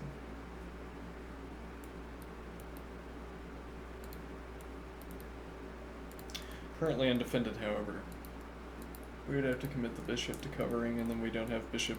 Well, it would be knight e3 as well. This doesn't prevent the advance, but if you spend a tempo.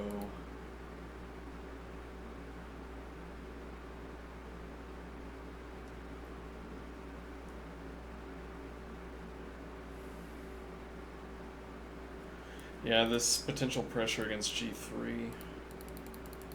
Strangely persuasive. I might care enough about that to make an early g4 advance.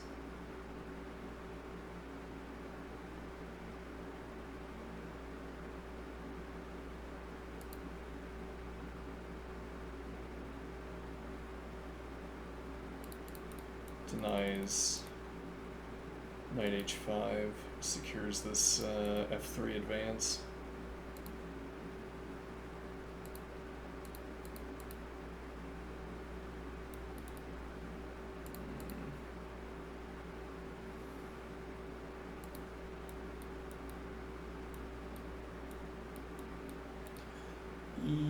Yeah, actually that would lose, wouldn't it?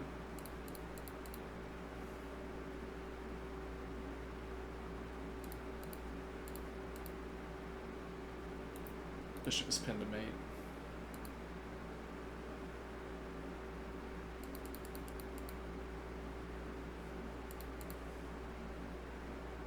And now we're looking for f3.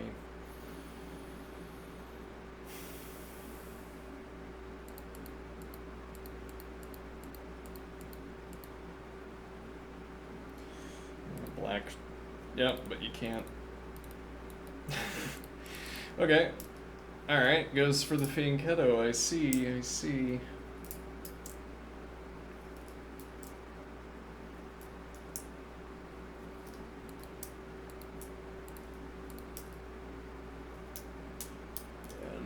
make a pawn advance. Don't have time for knight b2 and king d1.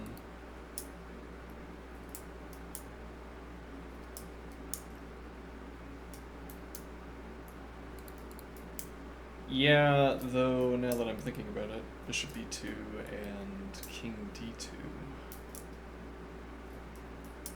Yeah, it's a little bit bold. Oh, we're keeping the knight on d1. Bishop support, bishop support.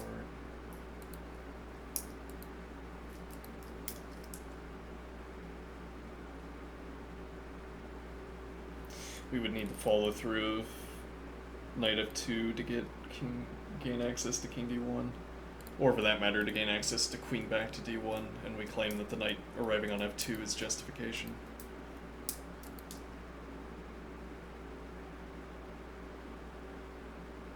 Yeah, the same problem here, you're already threatening this move.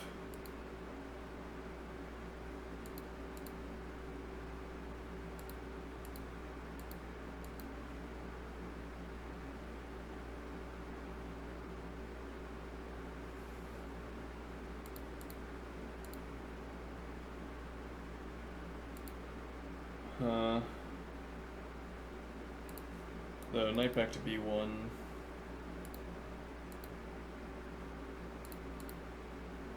We haven't had time to get the bishop off of c1.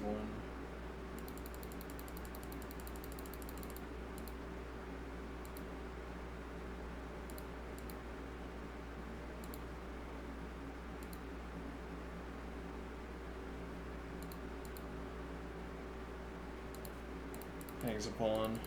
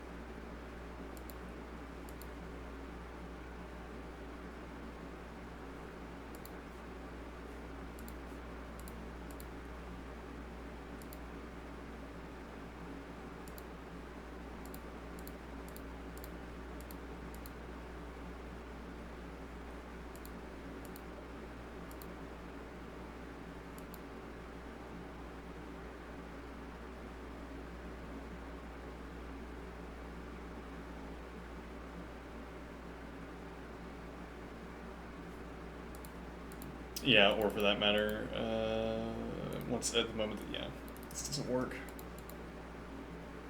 We'd have to play queen g2 first.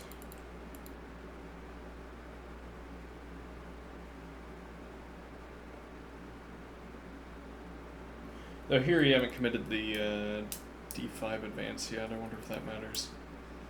Well, the reason you'd suppose it matters is because of the c advance, but.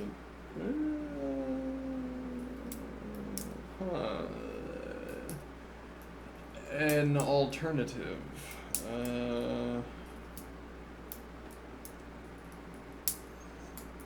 And well, we couldn't have played e4 first if we thought we required queen support.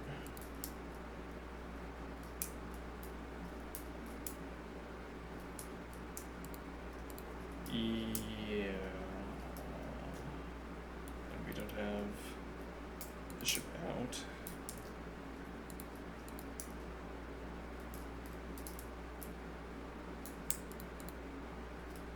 Yeah, this is undesirable. With tempo.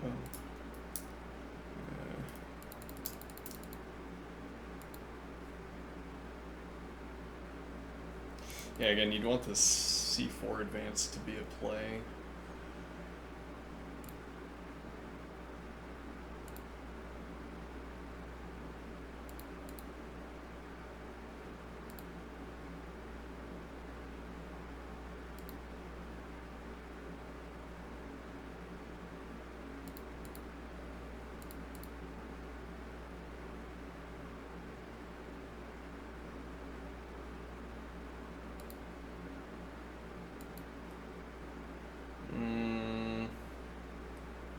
Unpersuasive.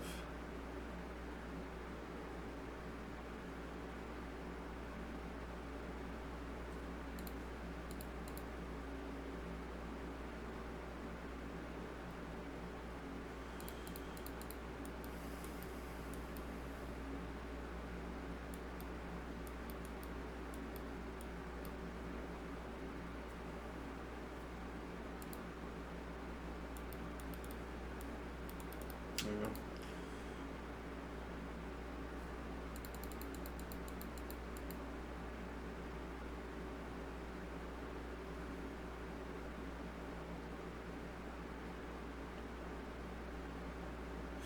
Yeah, it's like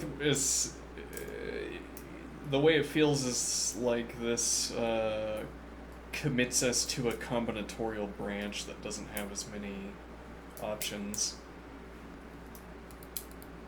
Like, if you have this pawn structure, well, if nothing else, this takes fewer pawns.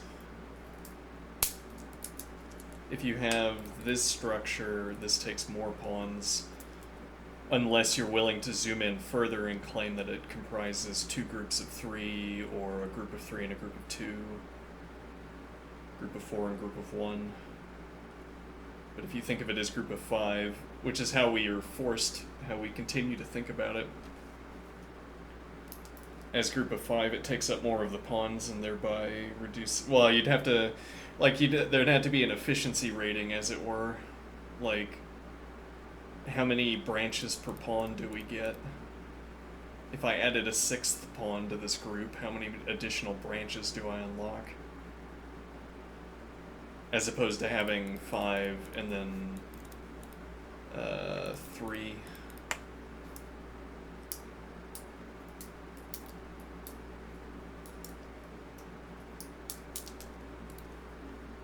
And then, yeah, as opposed to having... Well, and then arguably it's easier to split this into two groups of three because we have...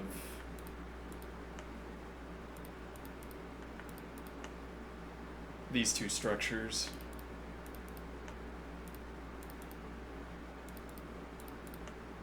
Because with three, there's a kind of machine you can make that advances convincingly. If nothing else, forcing black to accept a trade. Well, and practically it means that with three pawns, there's typically a development sequence that prevents black from counter-advancing. Like, if I advanced here and black counter-advanced, then I wouldn't advance here, and I have control over this square. So then I advance this and here. And only then I advance here, and there's no counter-advance anymore.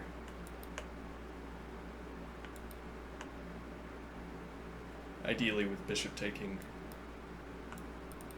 so that I can keep the structure. Okay, but the point here being that I can think about this as a group of four and work with it as if it's a group of four, but then at other points it's easy to see how you split this into two groups of three. Whereas with this structure, two groups of three requires an overlap. Though it's also five pawns. But then I guess the alternative is to say group of three and group of two.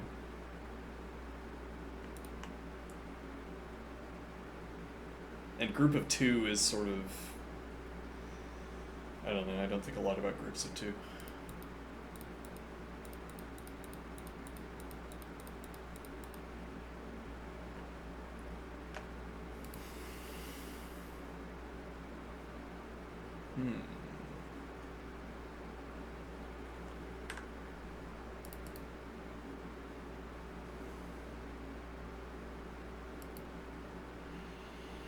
Yeah, it seems easier to work with um, this structure, even if I commit to the queen move early, which worked out okay against b6.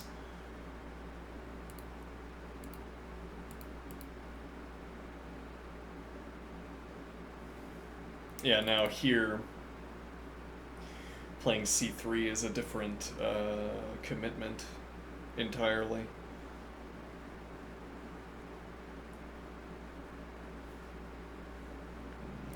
The extended structure looking like this.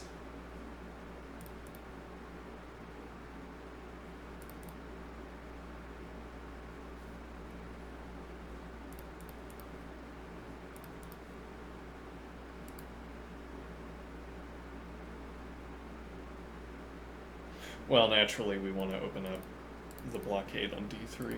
Hmm.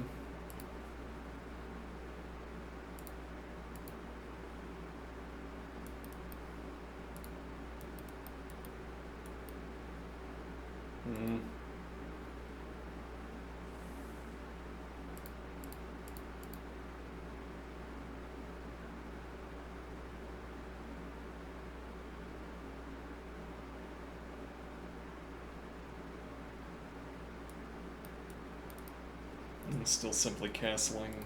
Dark squared bishop doesn't get to take advantage of this diagonal. I think maybe we need to prioritize that a little more heavily. Though then seemingly we're committing to this structure because otherwise dark squared bishop can't use that diagonal anyway. Or we're going the long way around, which is difficult. Though okay, if we want to pursue that,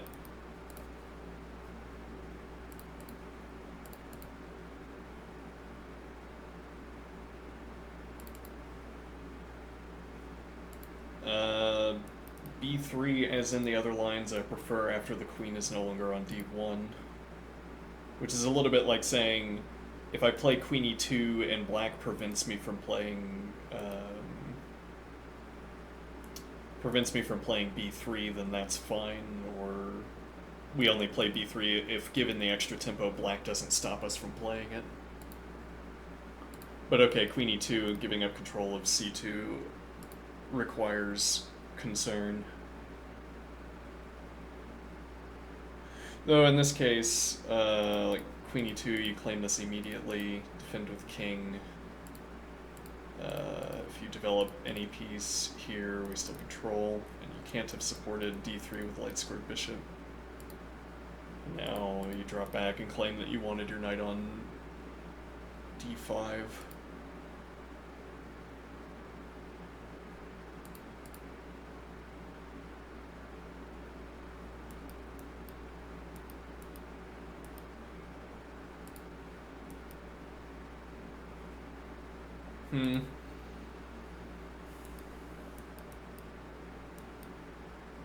And now we're not committing to b3. And this question is different with the king on c2. As if this will be a problem, though I doubt it.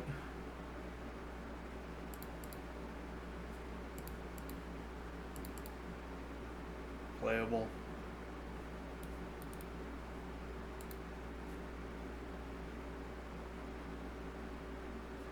Yeah, now we can claim this diagonal for the dark squared bishop as considered. Gets out of the way of the knight, which gets out of the way of the rook.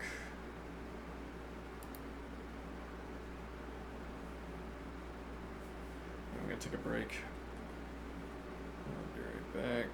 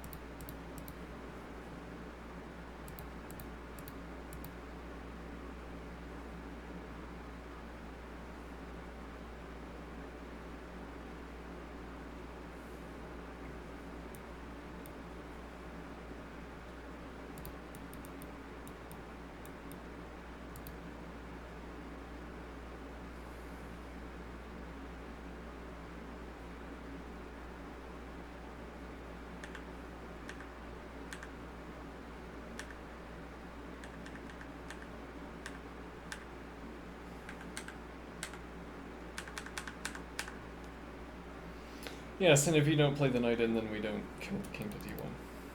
It's not part of the structure, but turns out okay, seemingly.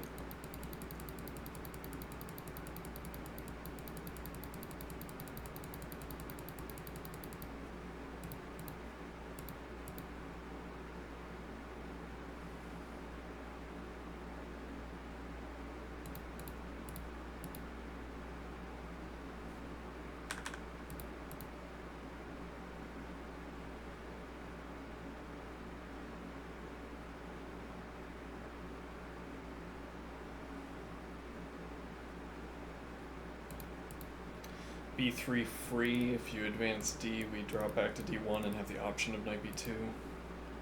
Otherwise, we're looking at bishop b2. If you continue development...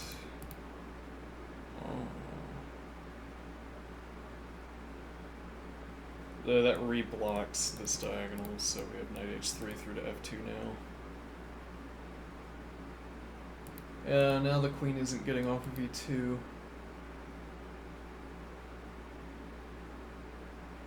Bishop remains blocked on f1.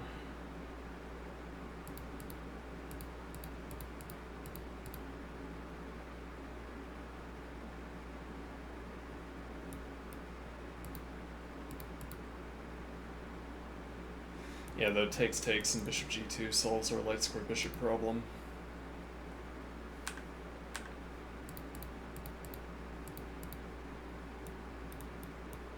Now queen, bishop, and knight preventing the c or d advances. Arguably, but also...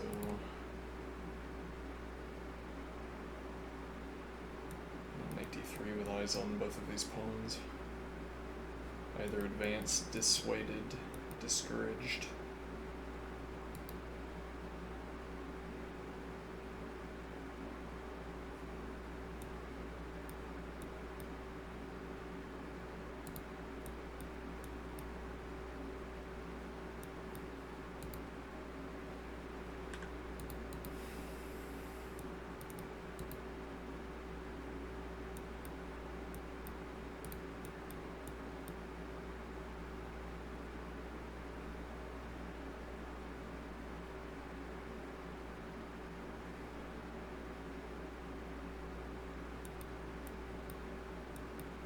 Yeah, though we would need queen b2 to justify this queen e2 through to b2 move.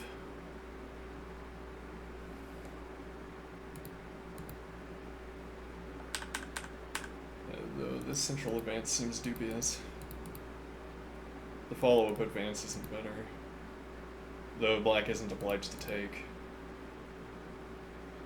Difficult to oblige black to take. c3 would be part of it. We have knight, queen, bishop. Looking at d3, and c3 would kick the knight. It's defending. Well, this advances with tempo, but I assume this works out in white's favor. I think here.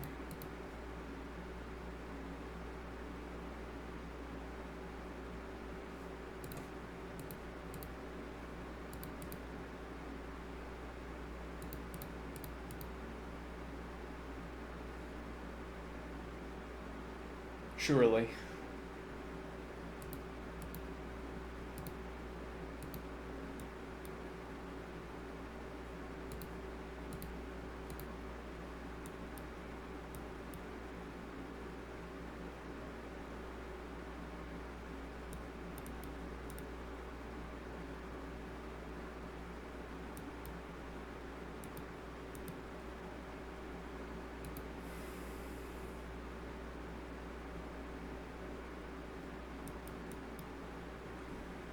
E2 unused.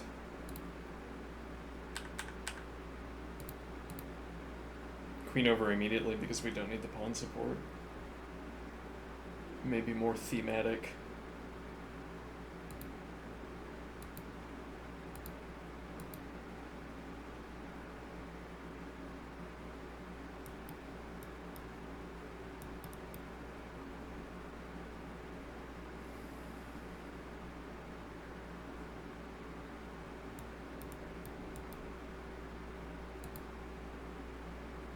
interest.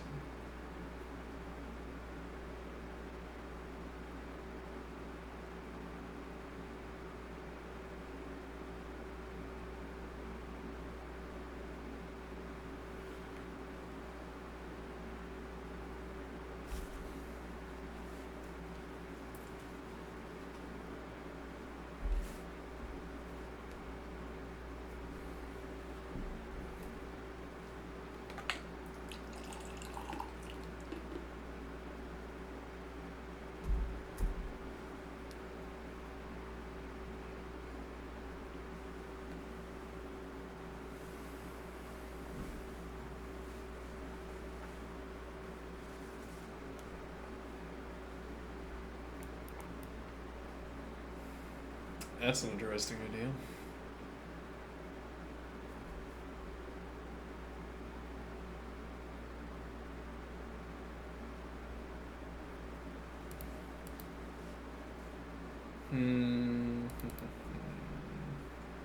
Playable.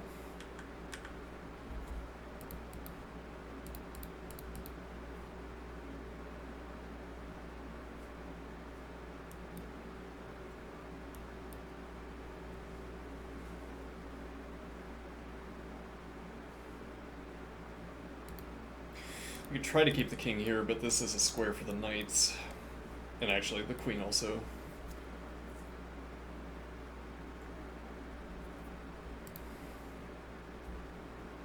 The more adventurous play would be to try to get these two advances in and get the king to g3.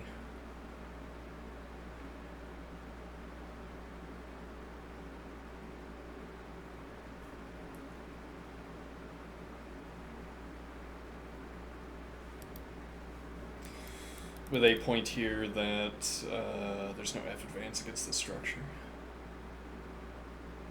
And if you advance the counter, well, advance the pressure against knight is a little bit... Actually, yeah, this immediately might be a problem.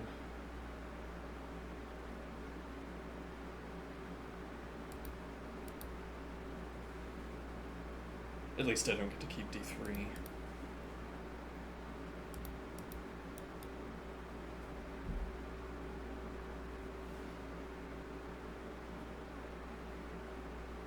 Yeah, this is harder to argue for white, I think.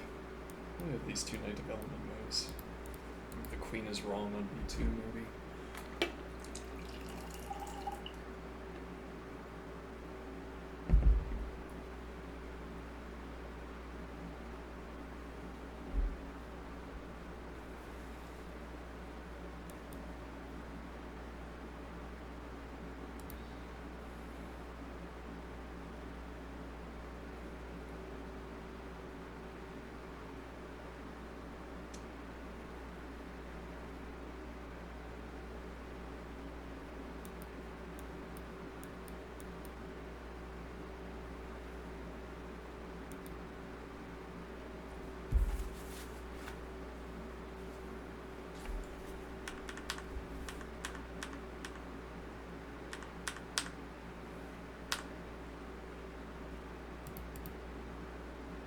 Yeah, also kind of free here.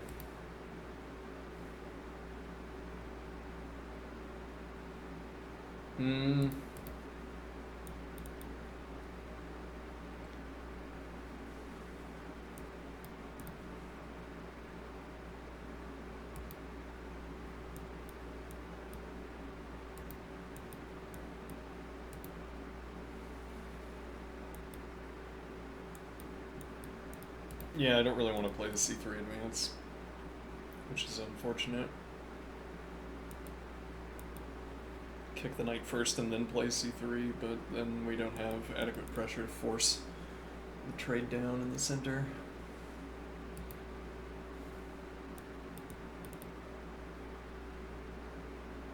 And no f advance to kick the knight. Actually, that's a good point. Maybe we just don't care about that.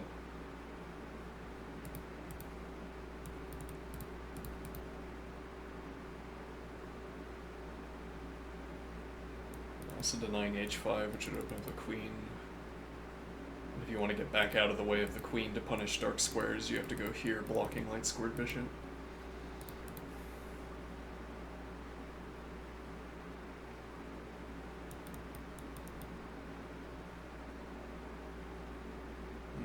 flanker persuasively, I think. Well, yeah, we're not going to have coverage for h4 outside of the rook.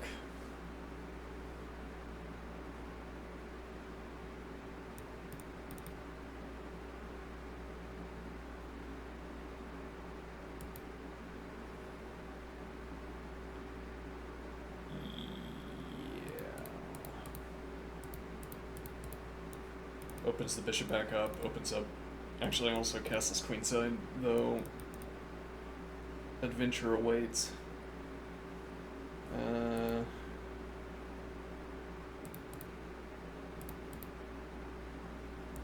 Deny access to this score. With tempo against the pawn.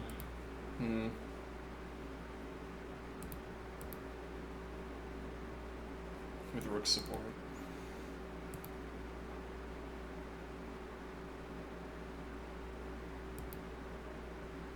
This hang zone. Actually, willingness to do that is not so high.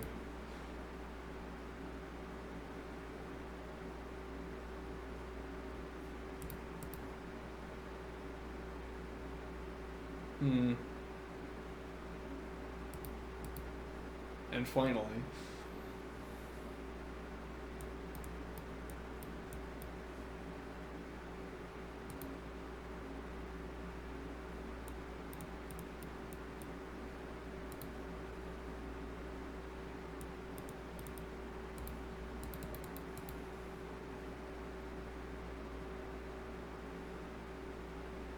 yeah, well, I don't want to allow bishop here.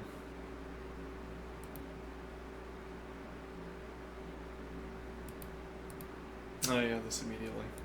Deny it with a knight. Makes more sense. Also, knight pressure against the next advance.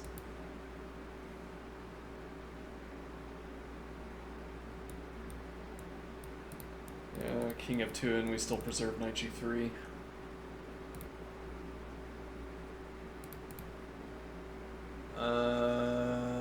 Does that matter?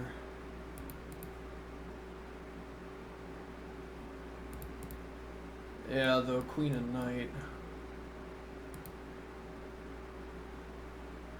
Currently pinned, and had to be bishop g2 with the idea that now takes, rook takes, bishop takes. Which isn't losing by any means, but it's also heavy pieces off the board. So yeah, rook arriving on d1 one way or the other is immediate activity.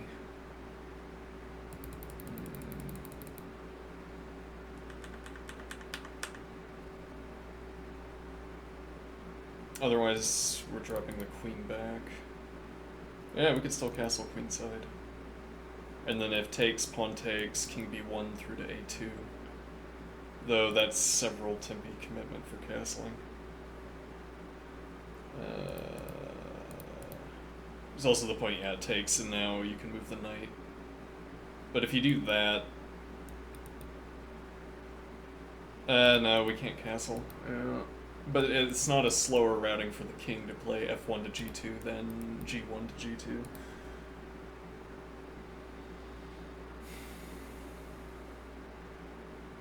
Awkwardly, you have to have knight support for e5. Which actually, queen through to g3, and we're applying winning pressure. Bishop defends, here unavailable, and here we can advance the pawn with knight support and now queen support.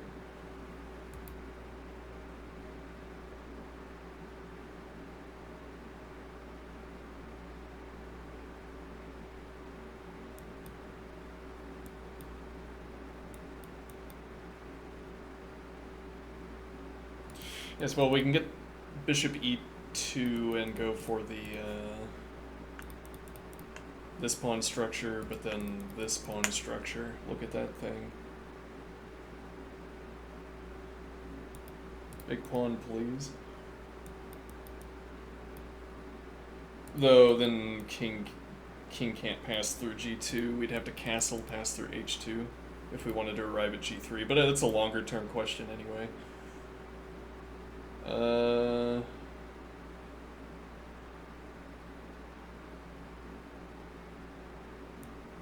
Yeah, if you're...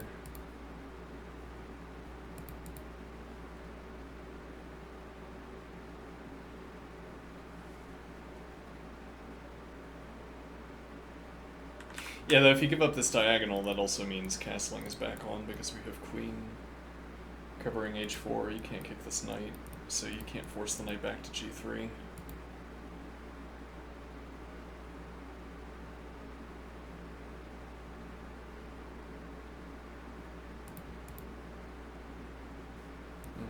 Which could make this relevant, though now queen g3 opens up... Yeah, but probably we want knight f2.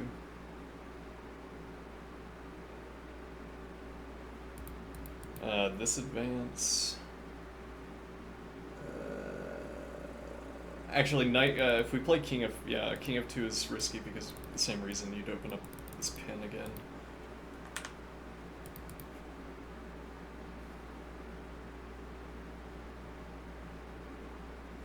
This gives up control over c5, so the knight challenge becomes available with tempo. Actually, this opens up castling queenside.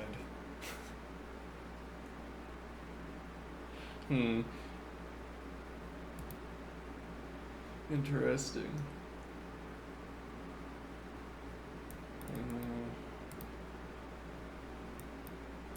Also, yeah, bishop g2 supporting the capture.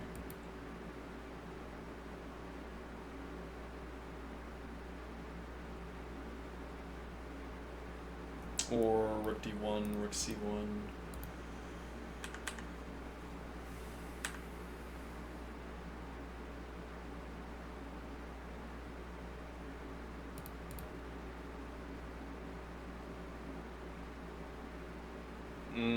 That has its own problem, actually, which is that now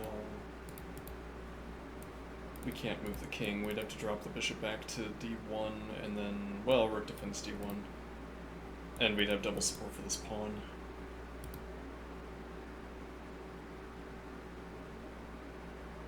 Actually, bishop d1, and when we play b4, you don't have knight a4.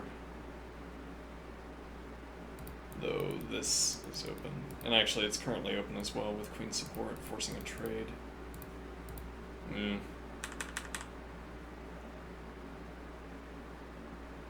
Yeah. And for that matter, you don't have to castle. No, we haven't moved the queen yet. Yeah. Well, and you could play b6.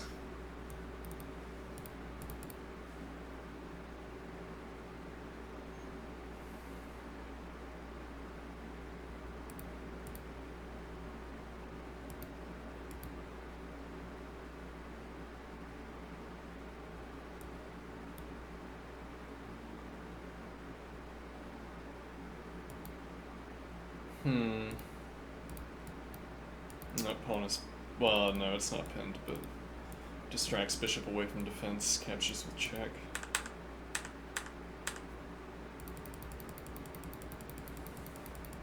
And otherwise, we're vacating the diagonal. Or taking. This with pressure against the pawn, and now if you claim... Yeah, you'd have to take with pawn, and that's not adequate either. With fork, though, queen covers. Yeah, though now this might just be game over or something close to it. Reestablish the pawn structure. King develops into defending the king structure.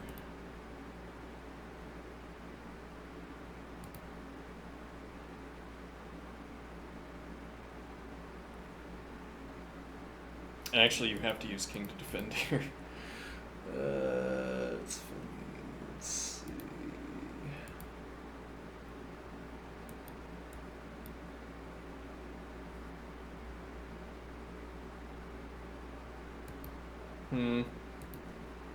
Yeah, we don't have king of 2 because of bishop takes g4.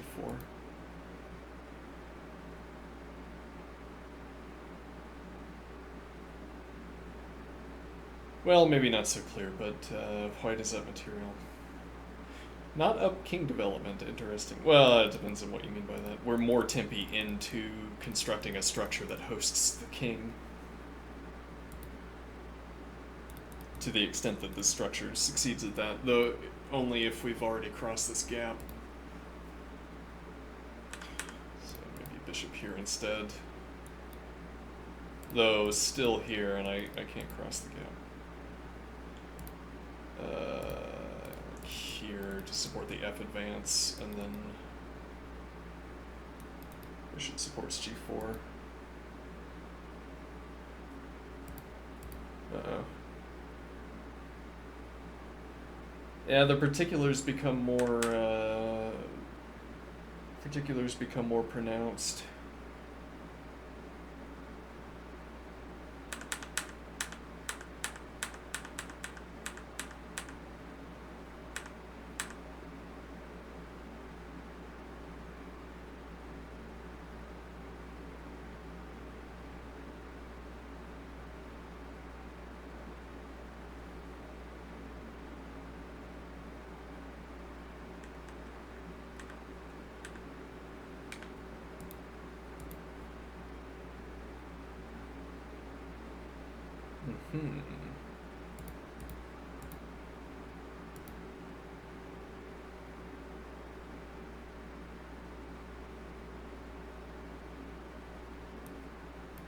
Threatening mate.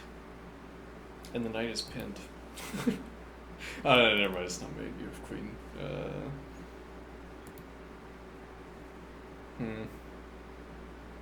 Well, actually, though, threatening e5.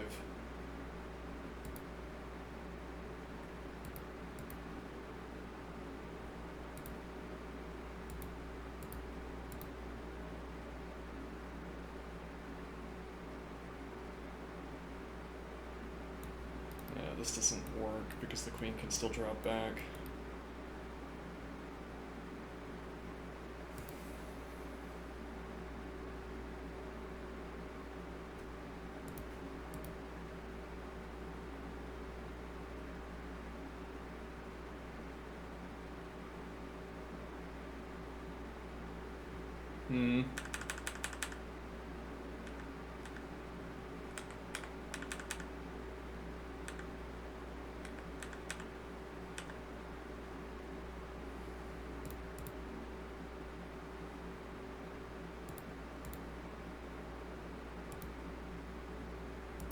Dubious.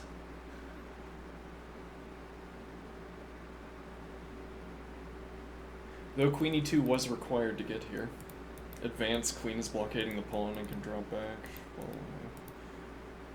and then bishop also helping to deny the advance. Takes, queen can still drop back and file.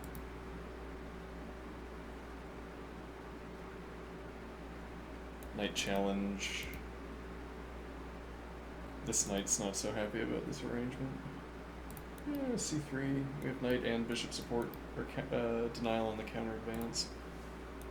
Takes, knight takes c3.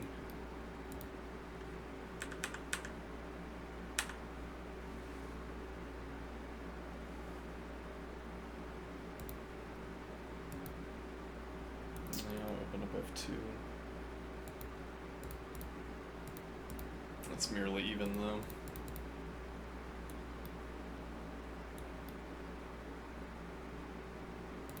Actually, with tempo against E, with overwhelming pressure against E, you don't have pawn support and bishop support is inadequate. Knight takes, queen takes, G.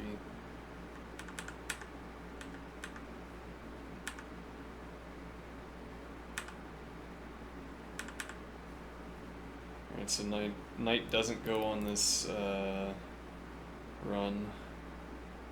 Okay, but if it doesn't,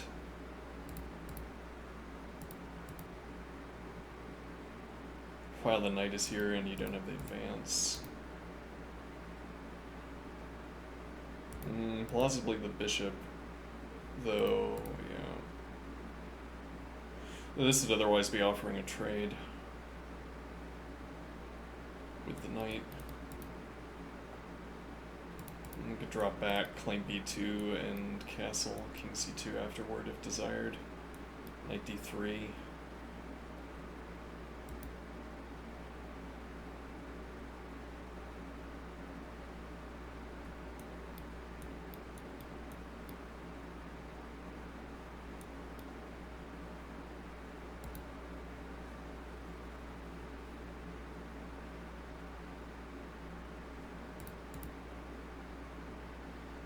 Yeah. Actually, this is pinned. There is eventually punishment for lacking development.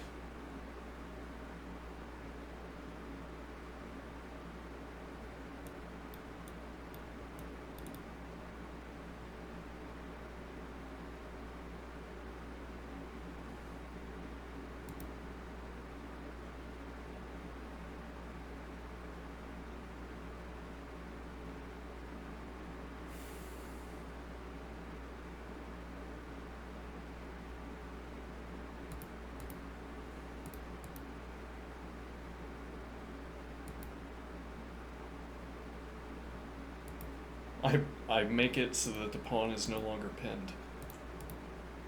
But have you considered g3?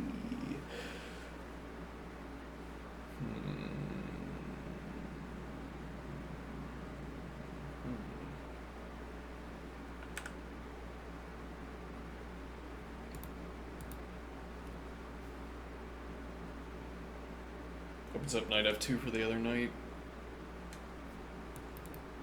You don't have support for the advance. The structure isn't a problem.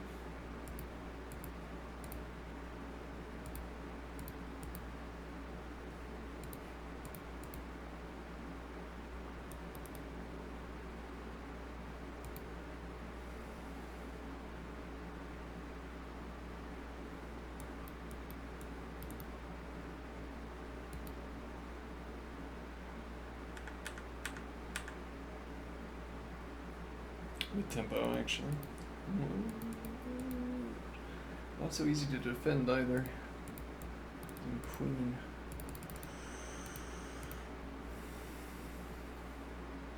Opens up castle's queen side. Yeah.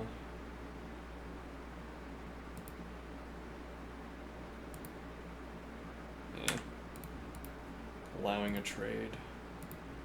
Like I'm afraid or something? Am I afraid? Has something filled me with fear?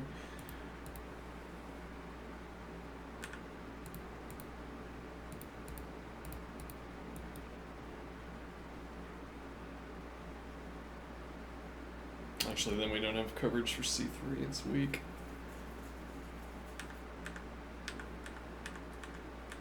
Yeah, maybe I'm overexposing my pieces.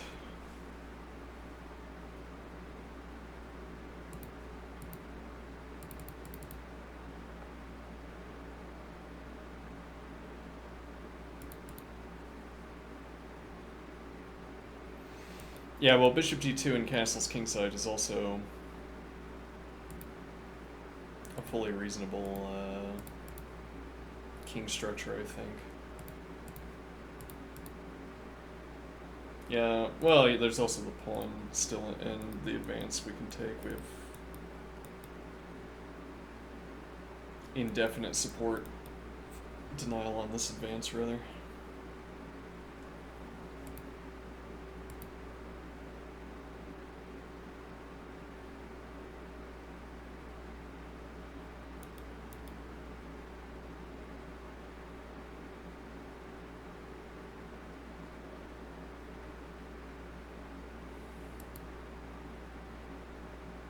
Yeah, well, and that's interesting. We're back to, like, the advances, the structures that I'm gesturing towards end up being the same ones that we would have looked at, or that we were looking at earlier when thinking about the split of threes.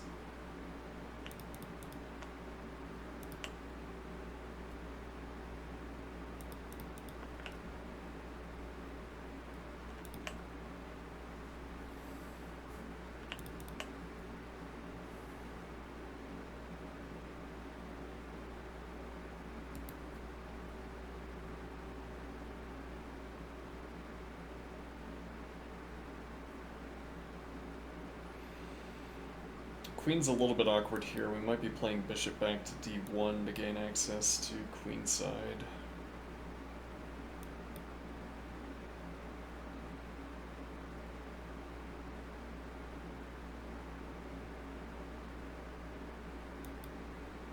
Yeah, we can regain access to e3 for the other knight, which we might want to do sooner rather than later.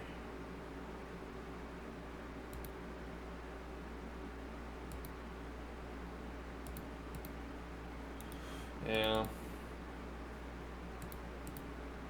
Play here, so, you know. Which you can't really do anything about.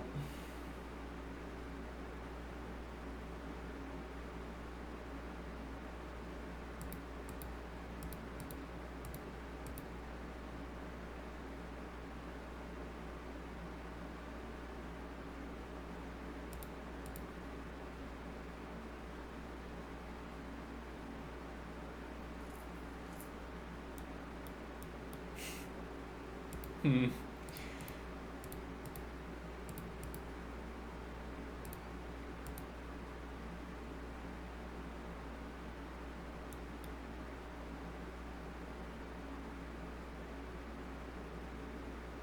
Yeah, though.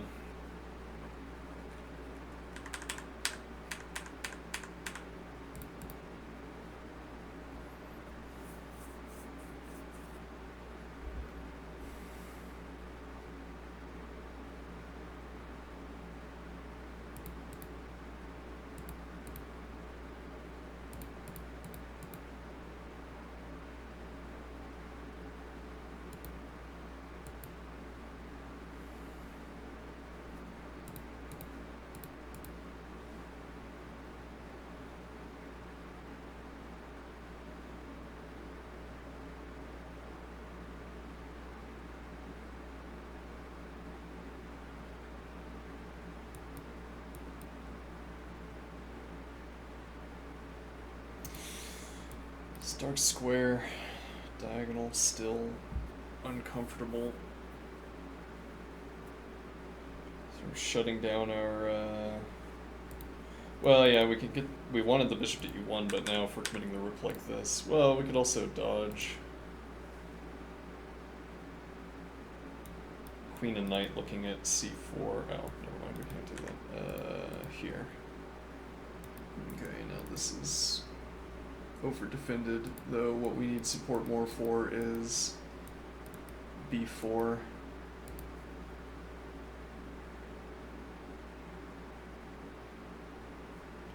Bishop back to f1 and knight to g2.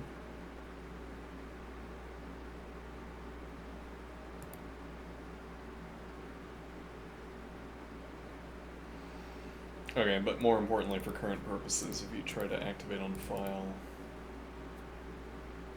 and now we can get a bishop that supports.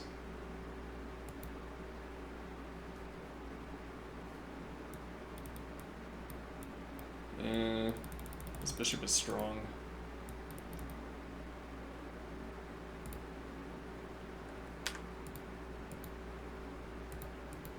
If you have to play here.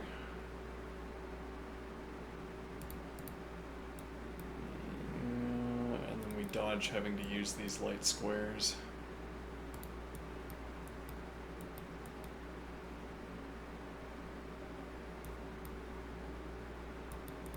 Bishop develops to f3.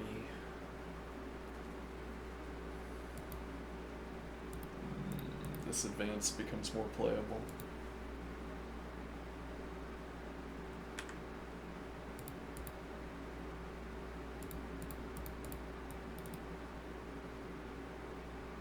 Yeah, I don't like this. Though, yeah, your pieces cannot cover this. Well, actually, we can't take because we're defending dark square bishop, so you have another tempo. We'd have to be able to claim tempo with the dark square bishop, which plausibly we can't. I don't know what you'd want to do to defend this, though. I guess here and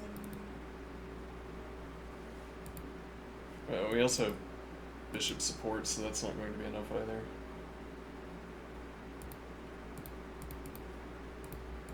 And here we can still take. Yeah.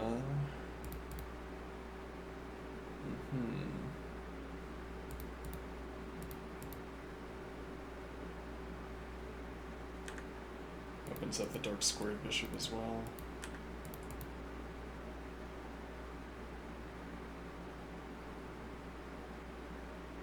this diagonal covered, so king advances to g3. Knight G2. Bishop has diagonal.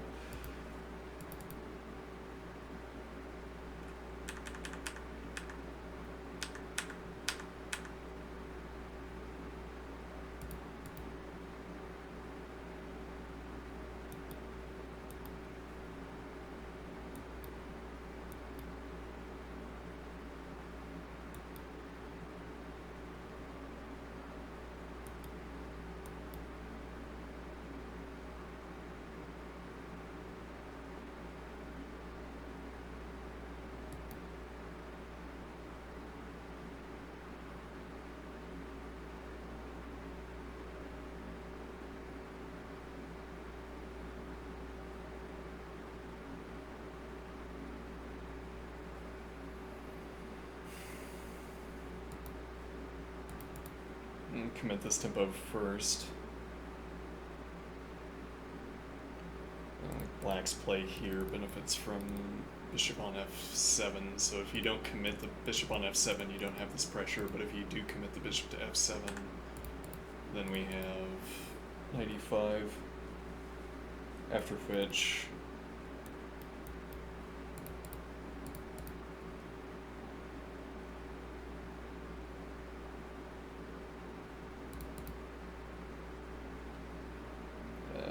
which technically works.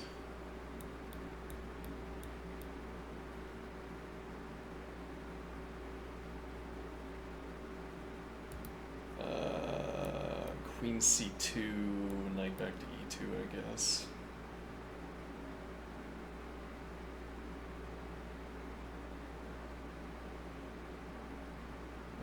It's a little less stable, though our rooks are already covering the weakened files. Or the files where all of my points of defense are going to need to be.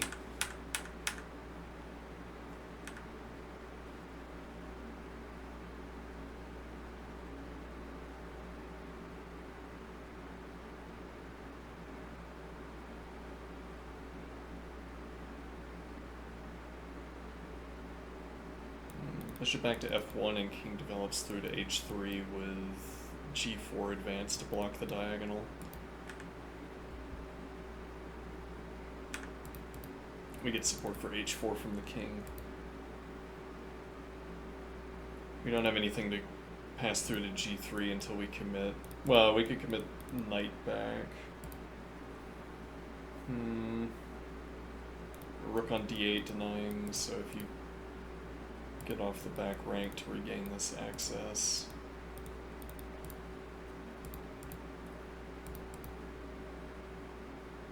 Yeah, no. Well, actually, you don't have this because of the knight, but if we drop back to gain access to knight g3.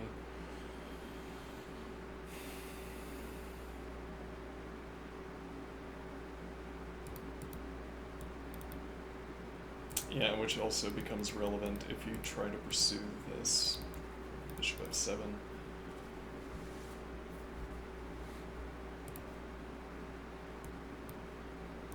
We're looking for g4. Which supports h but doesn't take advantage of g3. I mean, king g3.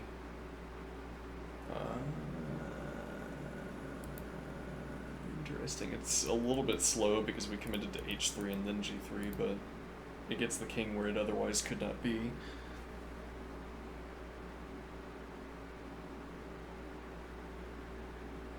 Actually, this is hanging 2 pieces of support. Yeah, this would have to be knight back.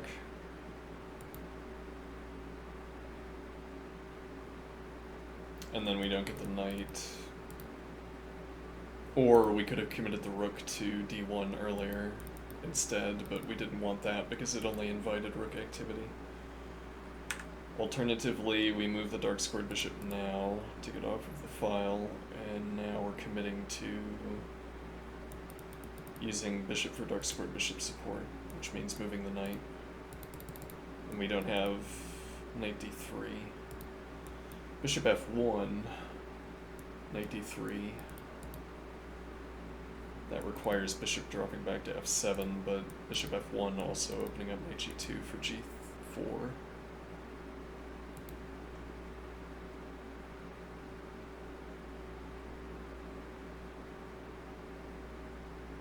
some point this advance might become a problem. The heavy piece on the file.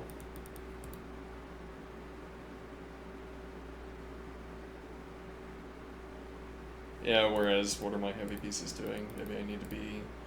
Well, opening up this hole, but what does it do? Demands recalculation.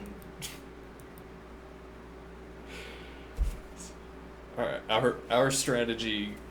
We don't have strategy on the board. We have a geometric intuition. Our strategy is about calculation. When do we have to perform calculation? If I make this advance, it might not be good, but it might not, this might not be good for black, but it might be, so I have to recalculate, which takes time. So choose lines where I don't have to perform calculation. Knight h1. Oft overlooked.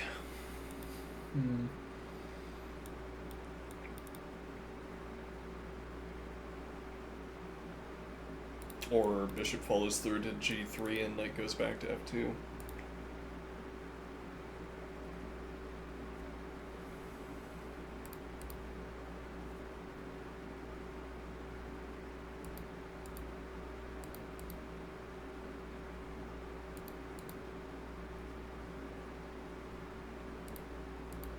Yeah, well, we're not threatening to take.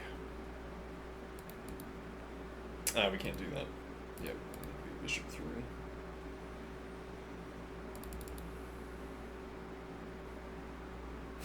3. Why aren't we ever threatening to take?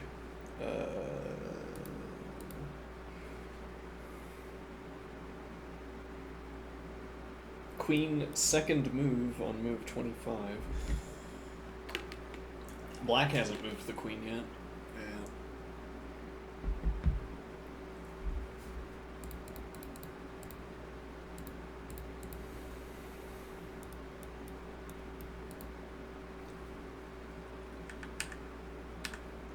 Seems bad for black.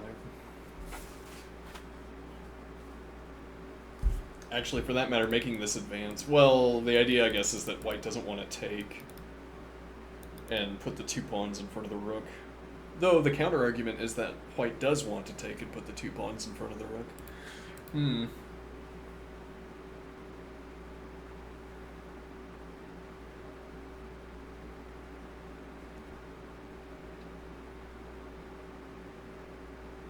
Yeah, black's getting a little bit frozen here. Actually, for that matter, counter advance, we'd have to have the queen support for that. So maybe now we're threatening the counter advance. No, we're not threatening that. Dark squared bishop.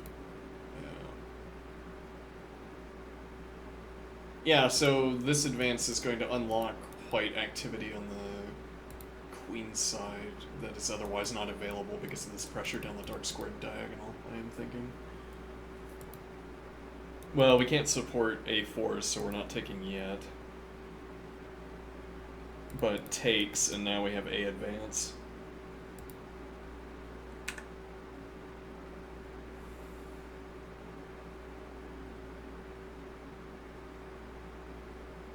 And okay, we have the advance here despite the bishop support.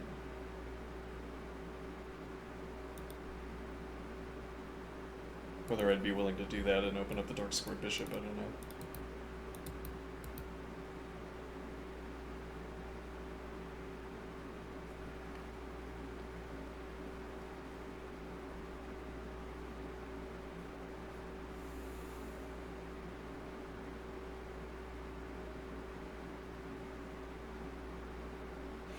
Yeah, and you don't want to give up this diagonal.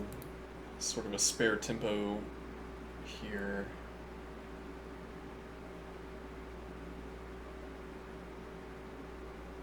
Rook in is playable. It's a little bit awkward. Yeah, with support for the pawn as well.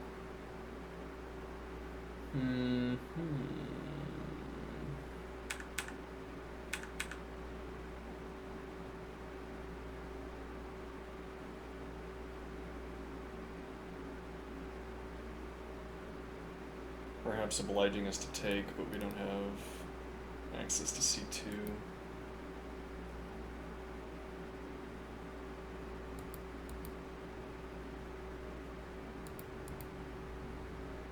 We don't have coverage for h4 yet.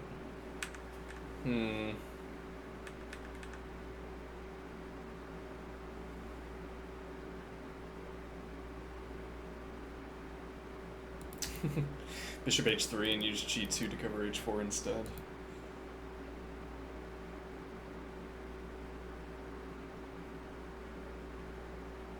Yeah, you don't have a good interposition, so this rook move would have to be replaced, but if what you want is to get off the back rank, either for queen d8 or, well, yeah, I guess rook d8, you don't have here. Here you block the queen and the bishop. Not available. This is available, arguably, but arguably not. There might be some kind of horrible tactic here. I doubt it. Maybe we just drop back. If nothing else. 4 points of material, so...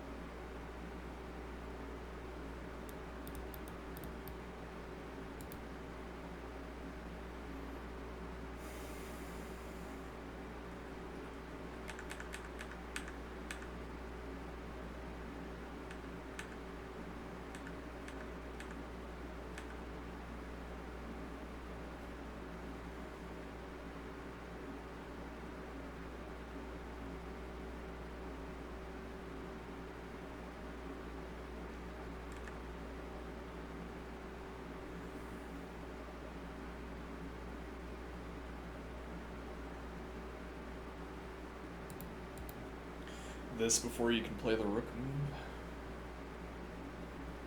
Looking for queen b2. We have heavy pieces on all three of the files. On the queen side, queen battery. Can't get support for h4, and actually the lack of support for g3 could become relevant. It isn't relevant at the moment. Takes.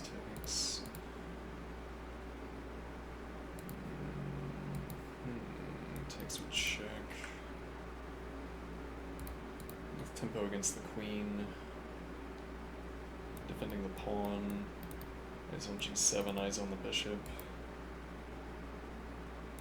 Pressure against h5.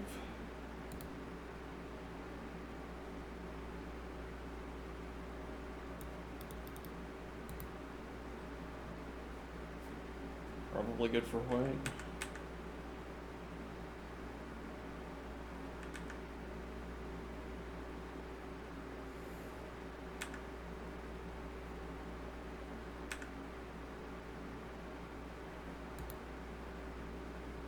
Yeah, here and we're exposed to these diagonal tactics.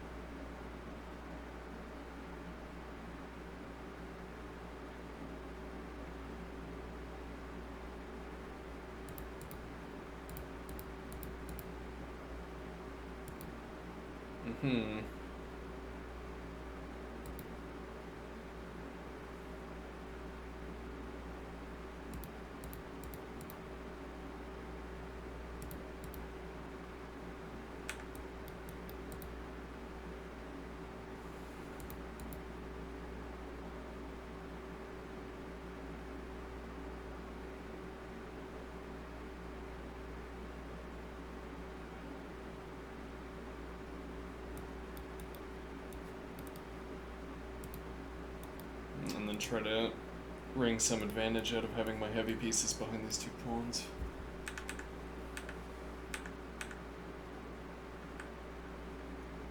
claim that this is secured. Whereas now, yeah, but you can't do that. No, yeah, you can knight supports.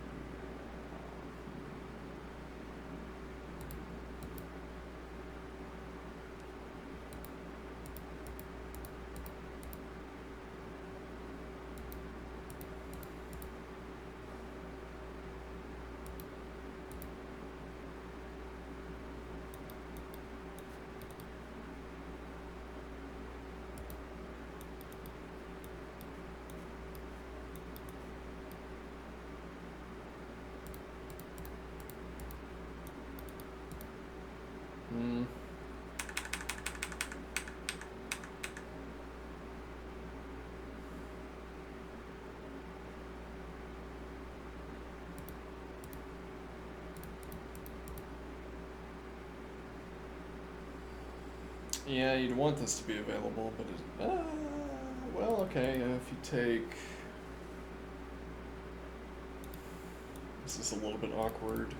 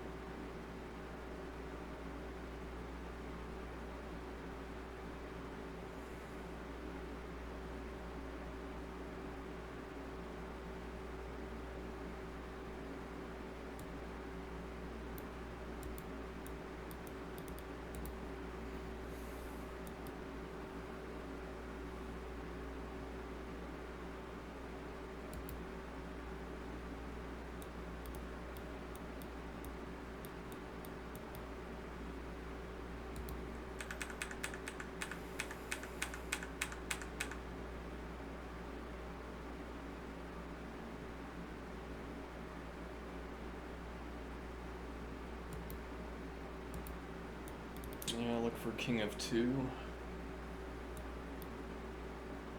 which keeps open Queen F1 also.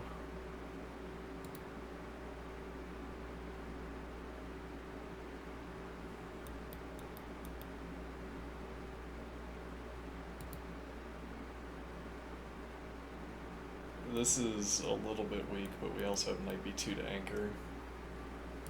Actually, we could still be looking to castle queenside as well. Yeah, that's the downside. This trade is allowed. Whereas... Yeah, no, Knight in is quite uncomfortable.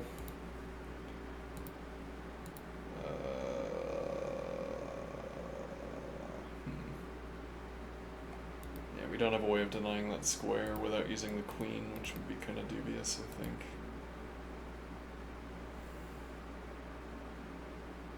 Though we also don't need the knight on that square to pursue castling queenside. Albeit, if the bishop can look on this diagonal, maybe we don't want castles queenside, but now we have both available.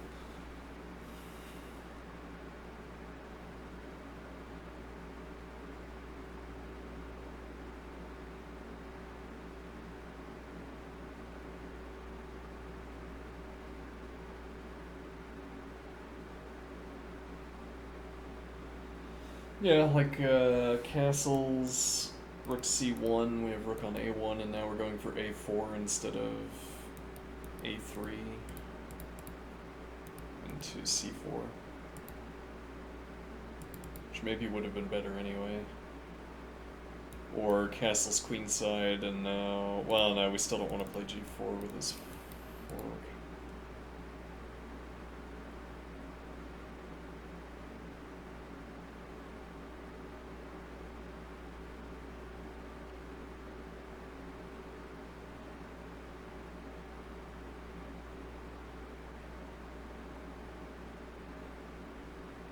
Yeah, I mean, king and queen on the same file looks dangerous, but we have knight, pawn, bishop, queen,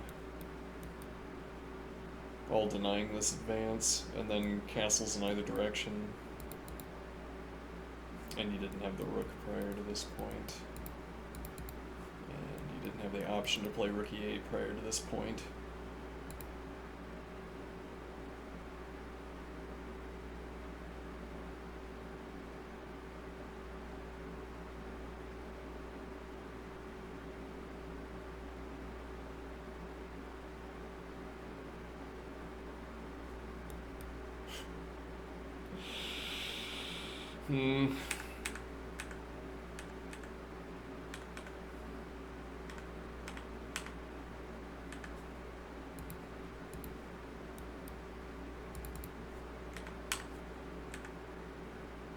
What is the answer to that? Oh, you're right, it's pinned.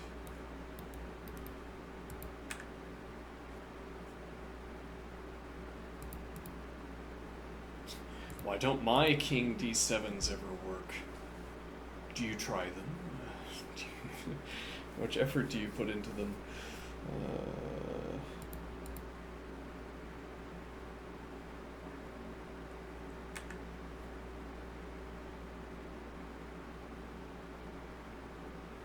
Yeah, now if...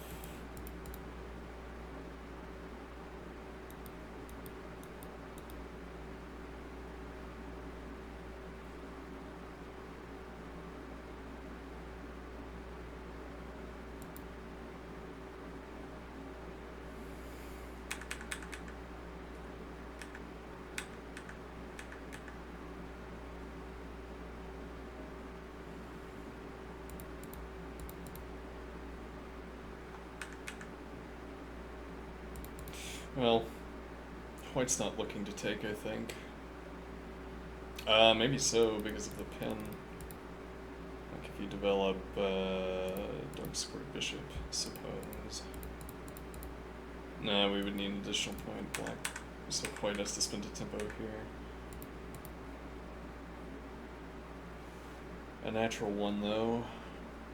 Well, actually, in this position, we might prefer knight b2 because we don't have another way of getting off the square, though. Knight d3 and then knight f2.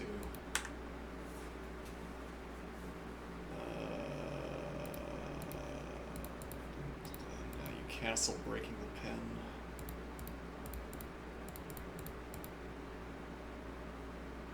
Yeah, this is dubious. We're immediately losing. No, not quite. And then knight of 2.